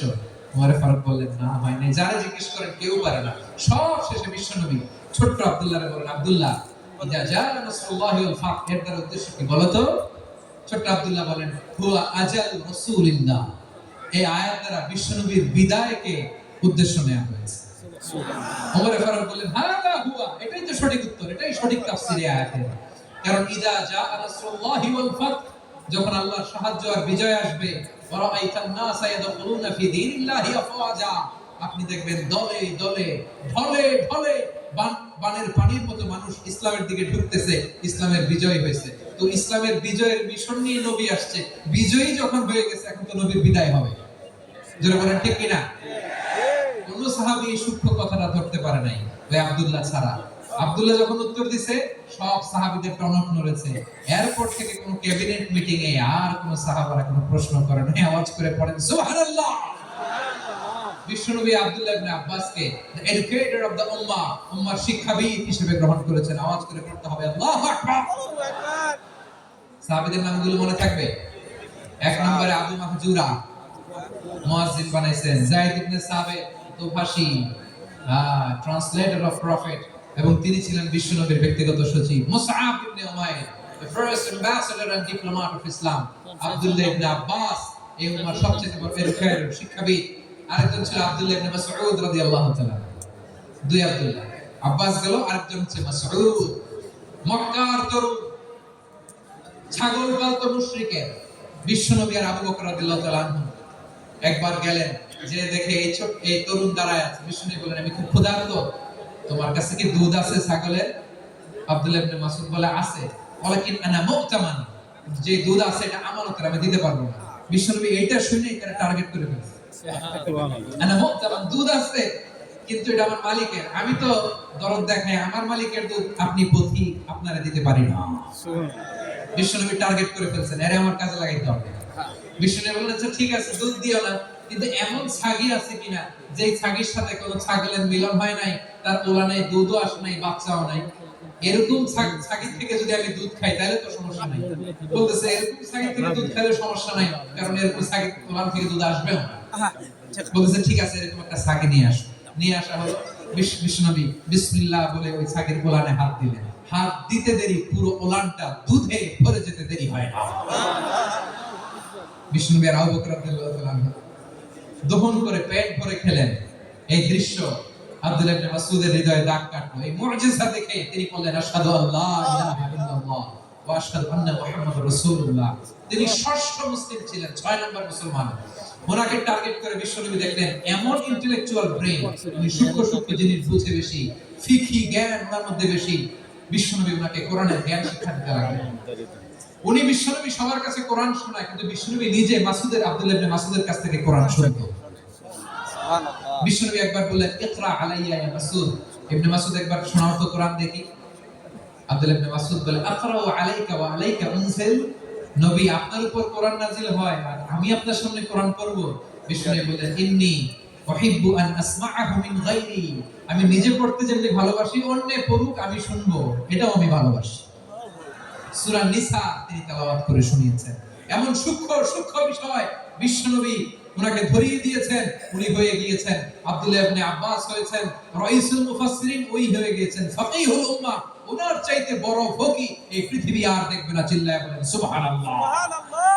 উনি বলতেন, ওয়াল্লাহি ওয়াল্লাহি ইল্লাযী লা ইলাহা গায়রু মা উনজিলাত সূরাতুন ইল্লা ওয়া আনা আ'লামু আইনা উনজিলাত ওয়া ফীমা উনজিলাত। বিশ্বনবী এমন ভাবে কোরআনের দার্স আমাকে দিয়েছেন, কোরআনে যত সূরা নাযিল হয়েছে, যেখানে নাযিল হোক না কেন আমি জানি এটা কোথায় নাযিল হয়েছে এবং কোন প্রেক্ষাপটে নাযিল হয়েছে।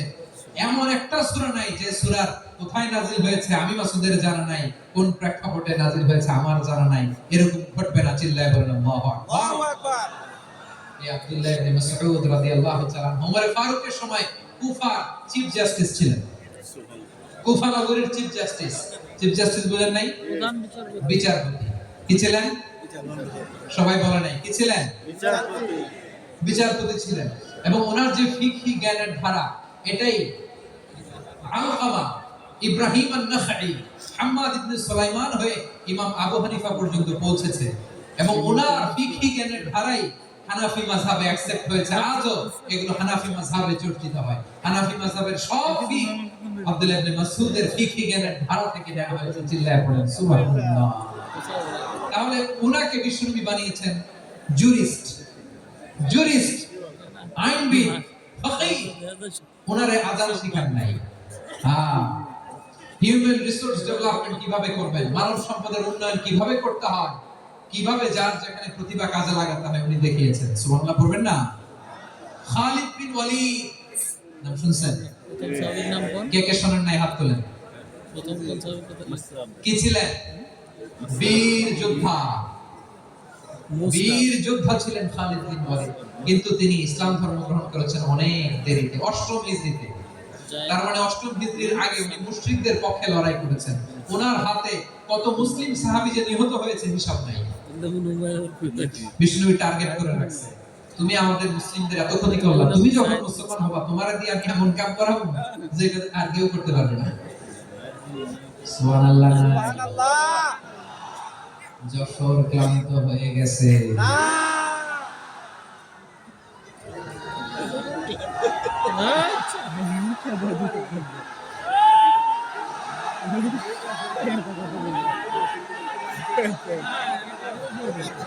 শুধু পাইছে আবার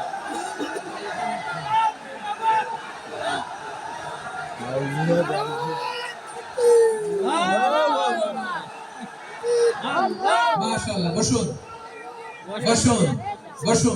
বসতে কইছে। 8ম হিজরিতে মুসলিম হয়েছেন মক্কা বিজয়ের আগে। তো মক্কা বিজয়ের আগে যখন মুসলিম হয়েছেন, এর আগে কি করছেন? কাফিরদের সাথে যুদ্ধ করেছেন। উনি উহুদের যুদ্ধে মুসলমানদের যে পরাজয় ভাব, কঠিন পরিস্থিতির মুখোমুখি ওনার কারণে পেছন থেকে এমন আতঙ্কিত আক্রমণ করেছেন, মুসলমানদেরকে কচুকাটা করেছেন। 8ম হিজরিতে আল্লাহ তাআলা হেদায়েতের নূর দিয়ে ওনার হৃদয়টাকে উজালা করে দিলেন। লা ইলাহা এটা এমন বাণী যার হৃদয় একবার টাচ খাবে, এটা থেকে সে আর পালিয়ে বেরাতে পারে।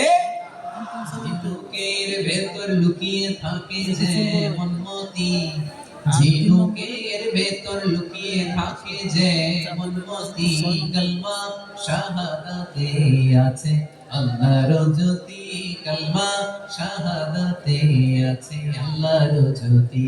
ঠিক কিনা বলে? মক্কা বিজয়ের আগে মুসলিম হলেন, হওয়ার পরে বিশ্বনবীর টার্গেট ফুলফিল হবে। ওই যে টার্গেট করে রেখেছেন আর দোয়া করেছেন, খালিদ বিন ওয়ালিদ যদি মুসলিম হয় তাকে আমি মিলিটারি চিফ বানাবো। ওনাকে আযান শেখান নাই, ওনারে কান ধরে নামাজের এই মাথা থেকে ওই মাথা আনান নাই, ফিকহি কোরআনের সূক্ষ্ম তাফসীর ওনারে শেখান নাই, অ্যাম্বাসেডর বানান নাই। বিষ্ণু ইসলাম ওনাকে সামরিক অভিযানে প্রেরণ করেছেন। সামরিক অভিযানে তিনি প্রেরণ করেছেন। ওনার জীবদ্দশায় ওনার নেতৃত্বে যতগুলো যুদ্ধ হয়েছে, একটা যুদ্ধেও তিনি পরাজয় বরণ করেন না। ওমর ফারুকের সময়কালে তিনি চিফ অফ মুসলিম মিলিটারি মানে মুসলিম সেনাপতি হয়েছেন। যশোর আওয়াজ করো, ঠিক কিনা বলো? সেনাপতি, মুসলিম সেনাপতি। তাহলে কিভাবে হিউম্যান রিসোর্স ব্যবহার করতে হয় ওটা বিশ্ব আমার নবীর কাছ থেকে শিখনা। খালিদ বিন ওয়ালিদ ওনাকে বিশ্বনবী একটা উপাধি দিয়েছেন। উপাধিটা হচ্ছে সাইফুল্লাহিল মাসলুল, আল্লাহর নাঙ্গা তরবারি, আল্লাহর খোলা তরবারি, the open sword of Allah। আল্লাহু আকবার। খালিদ বিন ওয়ালিদ মুসলিম সেনাপতি। হাসান বিন সাবিত নাম শুনছেন? দেখি উনি কি ছিল বলেন? রাসূলের সভাকবি, কালচারাল হিজিমনিকে ডিফিট করার জন্য। উনি ভালো অস্ত্র চালানো জানতেন না, ওই কাজে উনি যেতেন না। ওনার ছিল কাব্য প্রতিভা। কাফিররা কবিতা দিয়ে নবীকে গালি দিত। বিশ্বনবী বলতেন, ইয়া হাসান আজিব আন রাসূলিল্লাহ, তুমি নবীর হয়ে কাফিরদের এই কথাগুলোর জবাব দাও।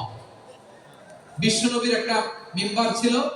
বিশ্বনবীর মিম্বারের পাশাপাশি মসজিদে নববীতে এই হাসান বিন সাবিতের জন্য বিশ্বনবী একটা স্পেশাল মিম্বার বানিয়ে দিয়েছেন। এখান থেকে তুমি জবাব দাও। বিশ্বনবী বলেছেন, আল্লাহুম্মা আইয়িদহু বিরূহিল কুদুস। আল্লাহ হাসান আমার পক্ষে জবাব দেয়, তুমি জিবরাইল মারফত তাকে সাহায্য পাঠায়া দিও।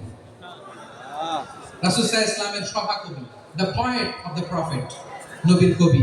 তিনি কবিতা দিয়ে এমন উচ্চাঙ্গের ভাষায় কবিতা দিয়ে তিনি জবাব দিতেন, কাফিরদের গা শিহরে যেত, তাদের হৃদয়ে আগুন ধরে যেত। তাহলে এরকম কবিরও দরকার আছে না নাই? এখন যাকে আল্লাহ দিছে কাব্য প্রতিভা, এরা যদি আপনি যুদ্ধের ময়দানে পাঠান হবে? যারা দিছে সুরেলা গলা, এরা যদি অ্যাম্বাসেডর বানান হবে না। হাসান বিন সাবিত ছিলেন বিষ্ণু সাল্লাল্লাহু আলাইহি ওয়াসাল্লামের কবি। হুযায়ফা ইবনুল ইয়ামান বিশ্বনবীর গোয়েন্দা বিভাগের প্রধান। কিসের প্রধান? হুযায়ফা ইবনুল ইয়ামান, ওনার ছিল ডিটেকটিভ মাইন্ড, গোয়েন্দা বিভাগের প্রধান। এবং উনি হচ্ছেন সাহিবুস সিররি রাসূলিল্লাহ, রাসূল সাল্লাল্লাহু আলাইহি ওয়াসাল্লামের গোপন তথ্যের ধারক বাহক। নবীর যেই কথা কেউ জানে না, সব হুযায়ফার পেটের ভিতরে ছিল। সুবহানাল্লাহ পড়ে। মদিনার যত ইহুদিদের একটা লিস্ট ছিল, এই লিস্ট শুধু দুইজন জানতো, বিশ্বনবী আর হুযায়ফা। সুবহানাল্লাহ পড়ে। তাহলে উনাকে কোন দায়িত্ব দিয়েছে? কোন বিভাগ? গোয়েন্দা। যশোর, আওয়াজ করো, কোন বিভাগ? গোয়েন্দা বিভাগের হেড ছিল। খন্দকের যুদ্ধে প্রচন্ড আজকের মতো শৈত্য প্রবাহ, মাটি খনন করতে করতে সাহাবীদের পেটে ক্ষুধা নাই, দাঁড়াইতে পারবে না নামাজের জন্য, এত ক্লান্ত, ক্লান্ত শ্রান্ত। বিশ্বনবী বললেন, কে আছো এই কঠিন শীত, এই ভয় আর ক্ষুধার মধ্যেও খন্দকের পরীক্ষার টপকে শত্রু শিবিরে যে আমাকে তথ্য দিবা, কে আছো? কারো গায়ে শক্তি নাই যে দাঁড়াবে, কেউ দাঁড়াবে না। বিশ্বনবী তখন নিজে হুযায়ফাকে ডাক দিলেন, হুযায়ফা, যে আমাকে আজকে শত্রু শিবিরের তথ্য এনে দিবে, সে জান্নাতে আমার মুরাফাকা, আমার সঙ্গী হবে। হুযায়ফা রাদিয়াল্লাহু ইবনুল ইয়ামান জীবনের ঝুঁকি নিয়ে এই ক্ষুধা, শৈত্য প্রবাহ, কোল্ড ওয়েভস কে উপেক্ষা করে পরীক্ষা টপকে শত্রু শিবিরে যে সবার কথাগুলো চুপে চুপে শুনে বিশ্বনবীর দরবারে এসে গোয়েন্দাদের মতো তথ্য সরবরাহ করেছে। বিশ্বনবীর গোয়েন্দা বিভাগের প্রধান হুযায়ফা ইবনুল ইয়ামান ইন্টেলিজেন্স বিভাগ চালাতেন। মুনাফিকদের নাম ওনার কাছে ছিল। মুআয ইবনে জাবাল মদিনা রাষ্ট্রের সবচেয়ে সিনিয়র আমলা ছিলেন। আমলাতন্ত্র জানেন তো? প্রশাসনিক কাজ যারা চালায়, অ্যাডমিনিস্ট্রেশন বুঝেন না? The department of administration. মদিনার রাষ্ট্রের সিনিয়র আমলা মুআয ইবনে জাবাল মুতাখাসসিসুন ফিল হালাল ওয়াল হারাম, হালাল হারামের স্পেশালিস্ট ছিলেন। বিশ্বনবী ওনাকে ইয়ামানের গভর্নর করে পাঠাইছেন। বলেছেন, ইন্নাকা তা'তি কওমান আহলা কিতাব, এমন গোষ্ঠীর কাছে যাবা ইহুদি নাসারা, আগে শাহাদা পড়লে এরপর নামাজের দাওয়াত দিও, নামাজ পড়লে যাকাতের দাওয়াত দিও। গভর্নরের অ্যাটিটিউড যেমন থাকে তেমন অ্যাটিটিউড ধরে রেখো। সুবহানাল্লাহ পড়ো। তাহলে মুআয ইবনে জাবাল কি দিয়ে বিশ্বনবী কবিতা লেখায় নাই, চিঠি লেখায় নাই, আযান দেওয়ায় নাই। সুবহানাল্লাহ পড়বেন না? সব শেষ সাহাবী হলো আবু হুরায়রা রাদিয়াল্লাহু তাআলা। নাম শুনছেন? বিড়ালের বাবা। কি করতেন? খালি হাদিস মুখস্থ করতেন। উনি বলতেন, আলসামু রাসূলুল্লাহ আলা মিলই বাতনি, আমার শুধু পেটের ক্ষুধার বন্দোবস্ত হইলে আমি নবীর সঙ্গ ছাড়তাম না। আমার আনসার সাহাবারা ক্ষেত খামারের কাজ করতো, আমার মুহাজির সাহাবারা ব্যবসা করতো, আর আমি নবীর সাথে সাথে থাকতাম। শুধু সকাল বিকাল দুই বেলা যদি আমার খাবারের বন্দোবস্ত হয়, আমি আর নবীর লগ ছাড়ি না। সুবহানাল্লাহ কইবেন না? 5374টা হাদিস তিনি বর্ণনা করেছেন। সবচেয়ে বেশি হাদিস বর্ণনাকারী সাহাবী। হাদিস প্রিজার্ভেশনের কাজে বিশ্বনবী ওনাকে কাজে লাগিয়েছেন।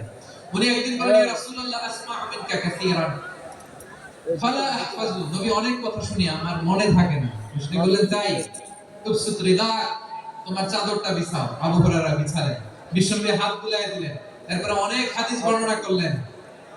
আবু হুরায়রা বলে, তারপর থেকে বিশ্বনবী যাই বর্ণনা করে আমি শুনি আর একটাও বলি না। সুবহানাল্লাহ।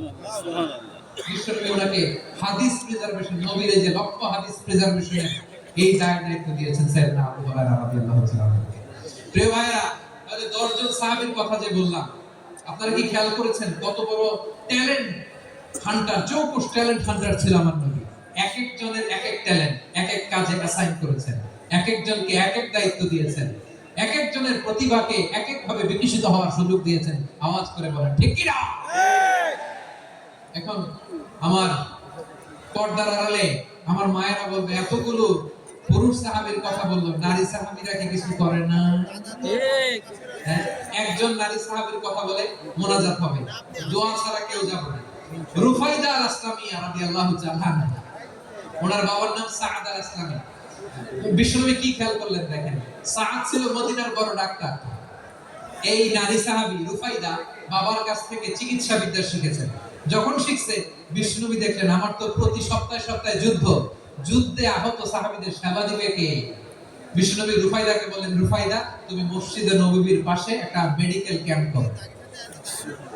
এই যে সাকিনা আব্দুল মেডিকেলের আমার ছাত্রী বন্ধুরা, শুনে রাখো তোমাদের আইকন হচ্ছে রুফাইদা আল ইসলামিয়া। বিশ্বনবীর ডিরেকশন অনুযায়ী তিনি মসজিদে নববীর পাশে একটা মেডিকেল ক্যাম্প করলেন এবং আহত সাহাবাদের চিকিৎসা উনি ওনার টিম নিয়ে দিতেন। বিশ্বনবীর পরামর্শে উনি আনসারী এবং মুহাজির মহিলা সাহাবীদেরকে নিয়ে একটা স্পেশাল মেডিকেল টিম গঠন করলেন। খায়বার যুদ্ধে ৭ম হিজরিতে যখন বিশ্বনবী যায়, উনি ওনার টিম নিয়ে আসলেন, বললেন ইয়া রাসূলুল্লাহ আমরা তো তলোয়ার চালাতে পারি না, আমরা তো তীর মারতে পারি না, আপনি যদি অনুমতি দেন খায়বার অভিযানে আমি আমার টিম নিয়ে মেডিকেল টিমের সেবাটা সার্ভিসটা দিতে চাই। পড়েন সুবহানাল্লাহ। বিশ্বনবী অনুমতি দিলেন, যোদ্ধা সাহাবীদের সাথে রুফাইদা আল ইসলামিয়া উনিও মেডিকেল টিম নিয়ে অগ্রসর হলেন। খায়বারের প্রতিটা আহত ইনজুর্ড সাহাবী যারা ইনজুরি শিকার হয়েছেন সবাই রুফাইদা আল ইসলামিয়ার মেডিকেল ক্যাম্প থেকে চিকিৎসা সহায়তা পেয়েছেন। সুবহানাল্লাহ। দেখেন কিভাবে বিশ্বনবী ট্যালেন্ট বাছাই করতেন। আপনি অবাক হবেন, বাহরাইনের মেডিকেল ইউনিভার্সিটিতে রুফাইদা আল ইসলামিয়া মেডিকেল প্রাইজ অ্যাওয়ার্ড প্রতি বছর দেওয়া হয়। যদি 8 দিনের এই মেডিকেল আমার বোনেরা যদি জেনে থাকো, জানো না, আমরা নতুন করে জানো, সার্চ দিও রুফাইদা আল ইসলামিয়া মেডিকেল অ্যাওয়ার্ড বাহরাইনের ইউনিভার্সিটিতে দেওয়া হয়। প্রিয় ভাইরা, তাহলে আলোচনার সামারি আমরা করি। বিশ্বনবী যার যেখানে ট্যালেন্ট তাকে ওইখানে কাজে লাগাতেন। আওয়াজ করে বলেন ঠিক কিনা? এবারে একটা ইন্টারভিউ হবে, আওয়াজ করে বলেন আবু মাহজুরাকে বিশ্বনবী কি বানাইছেন? মুয়াজ্জিন। হ্যাঁ, মুয়াজ্জিন বলে গেছেন। সামনের চুলে হাত দিয়ে বিশ্বনবী কি সুন্দর গলায় আযান শিখালেন। মুয়াজ্জিন।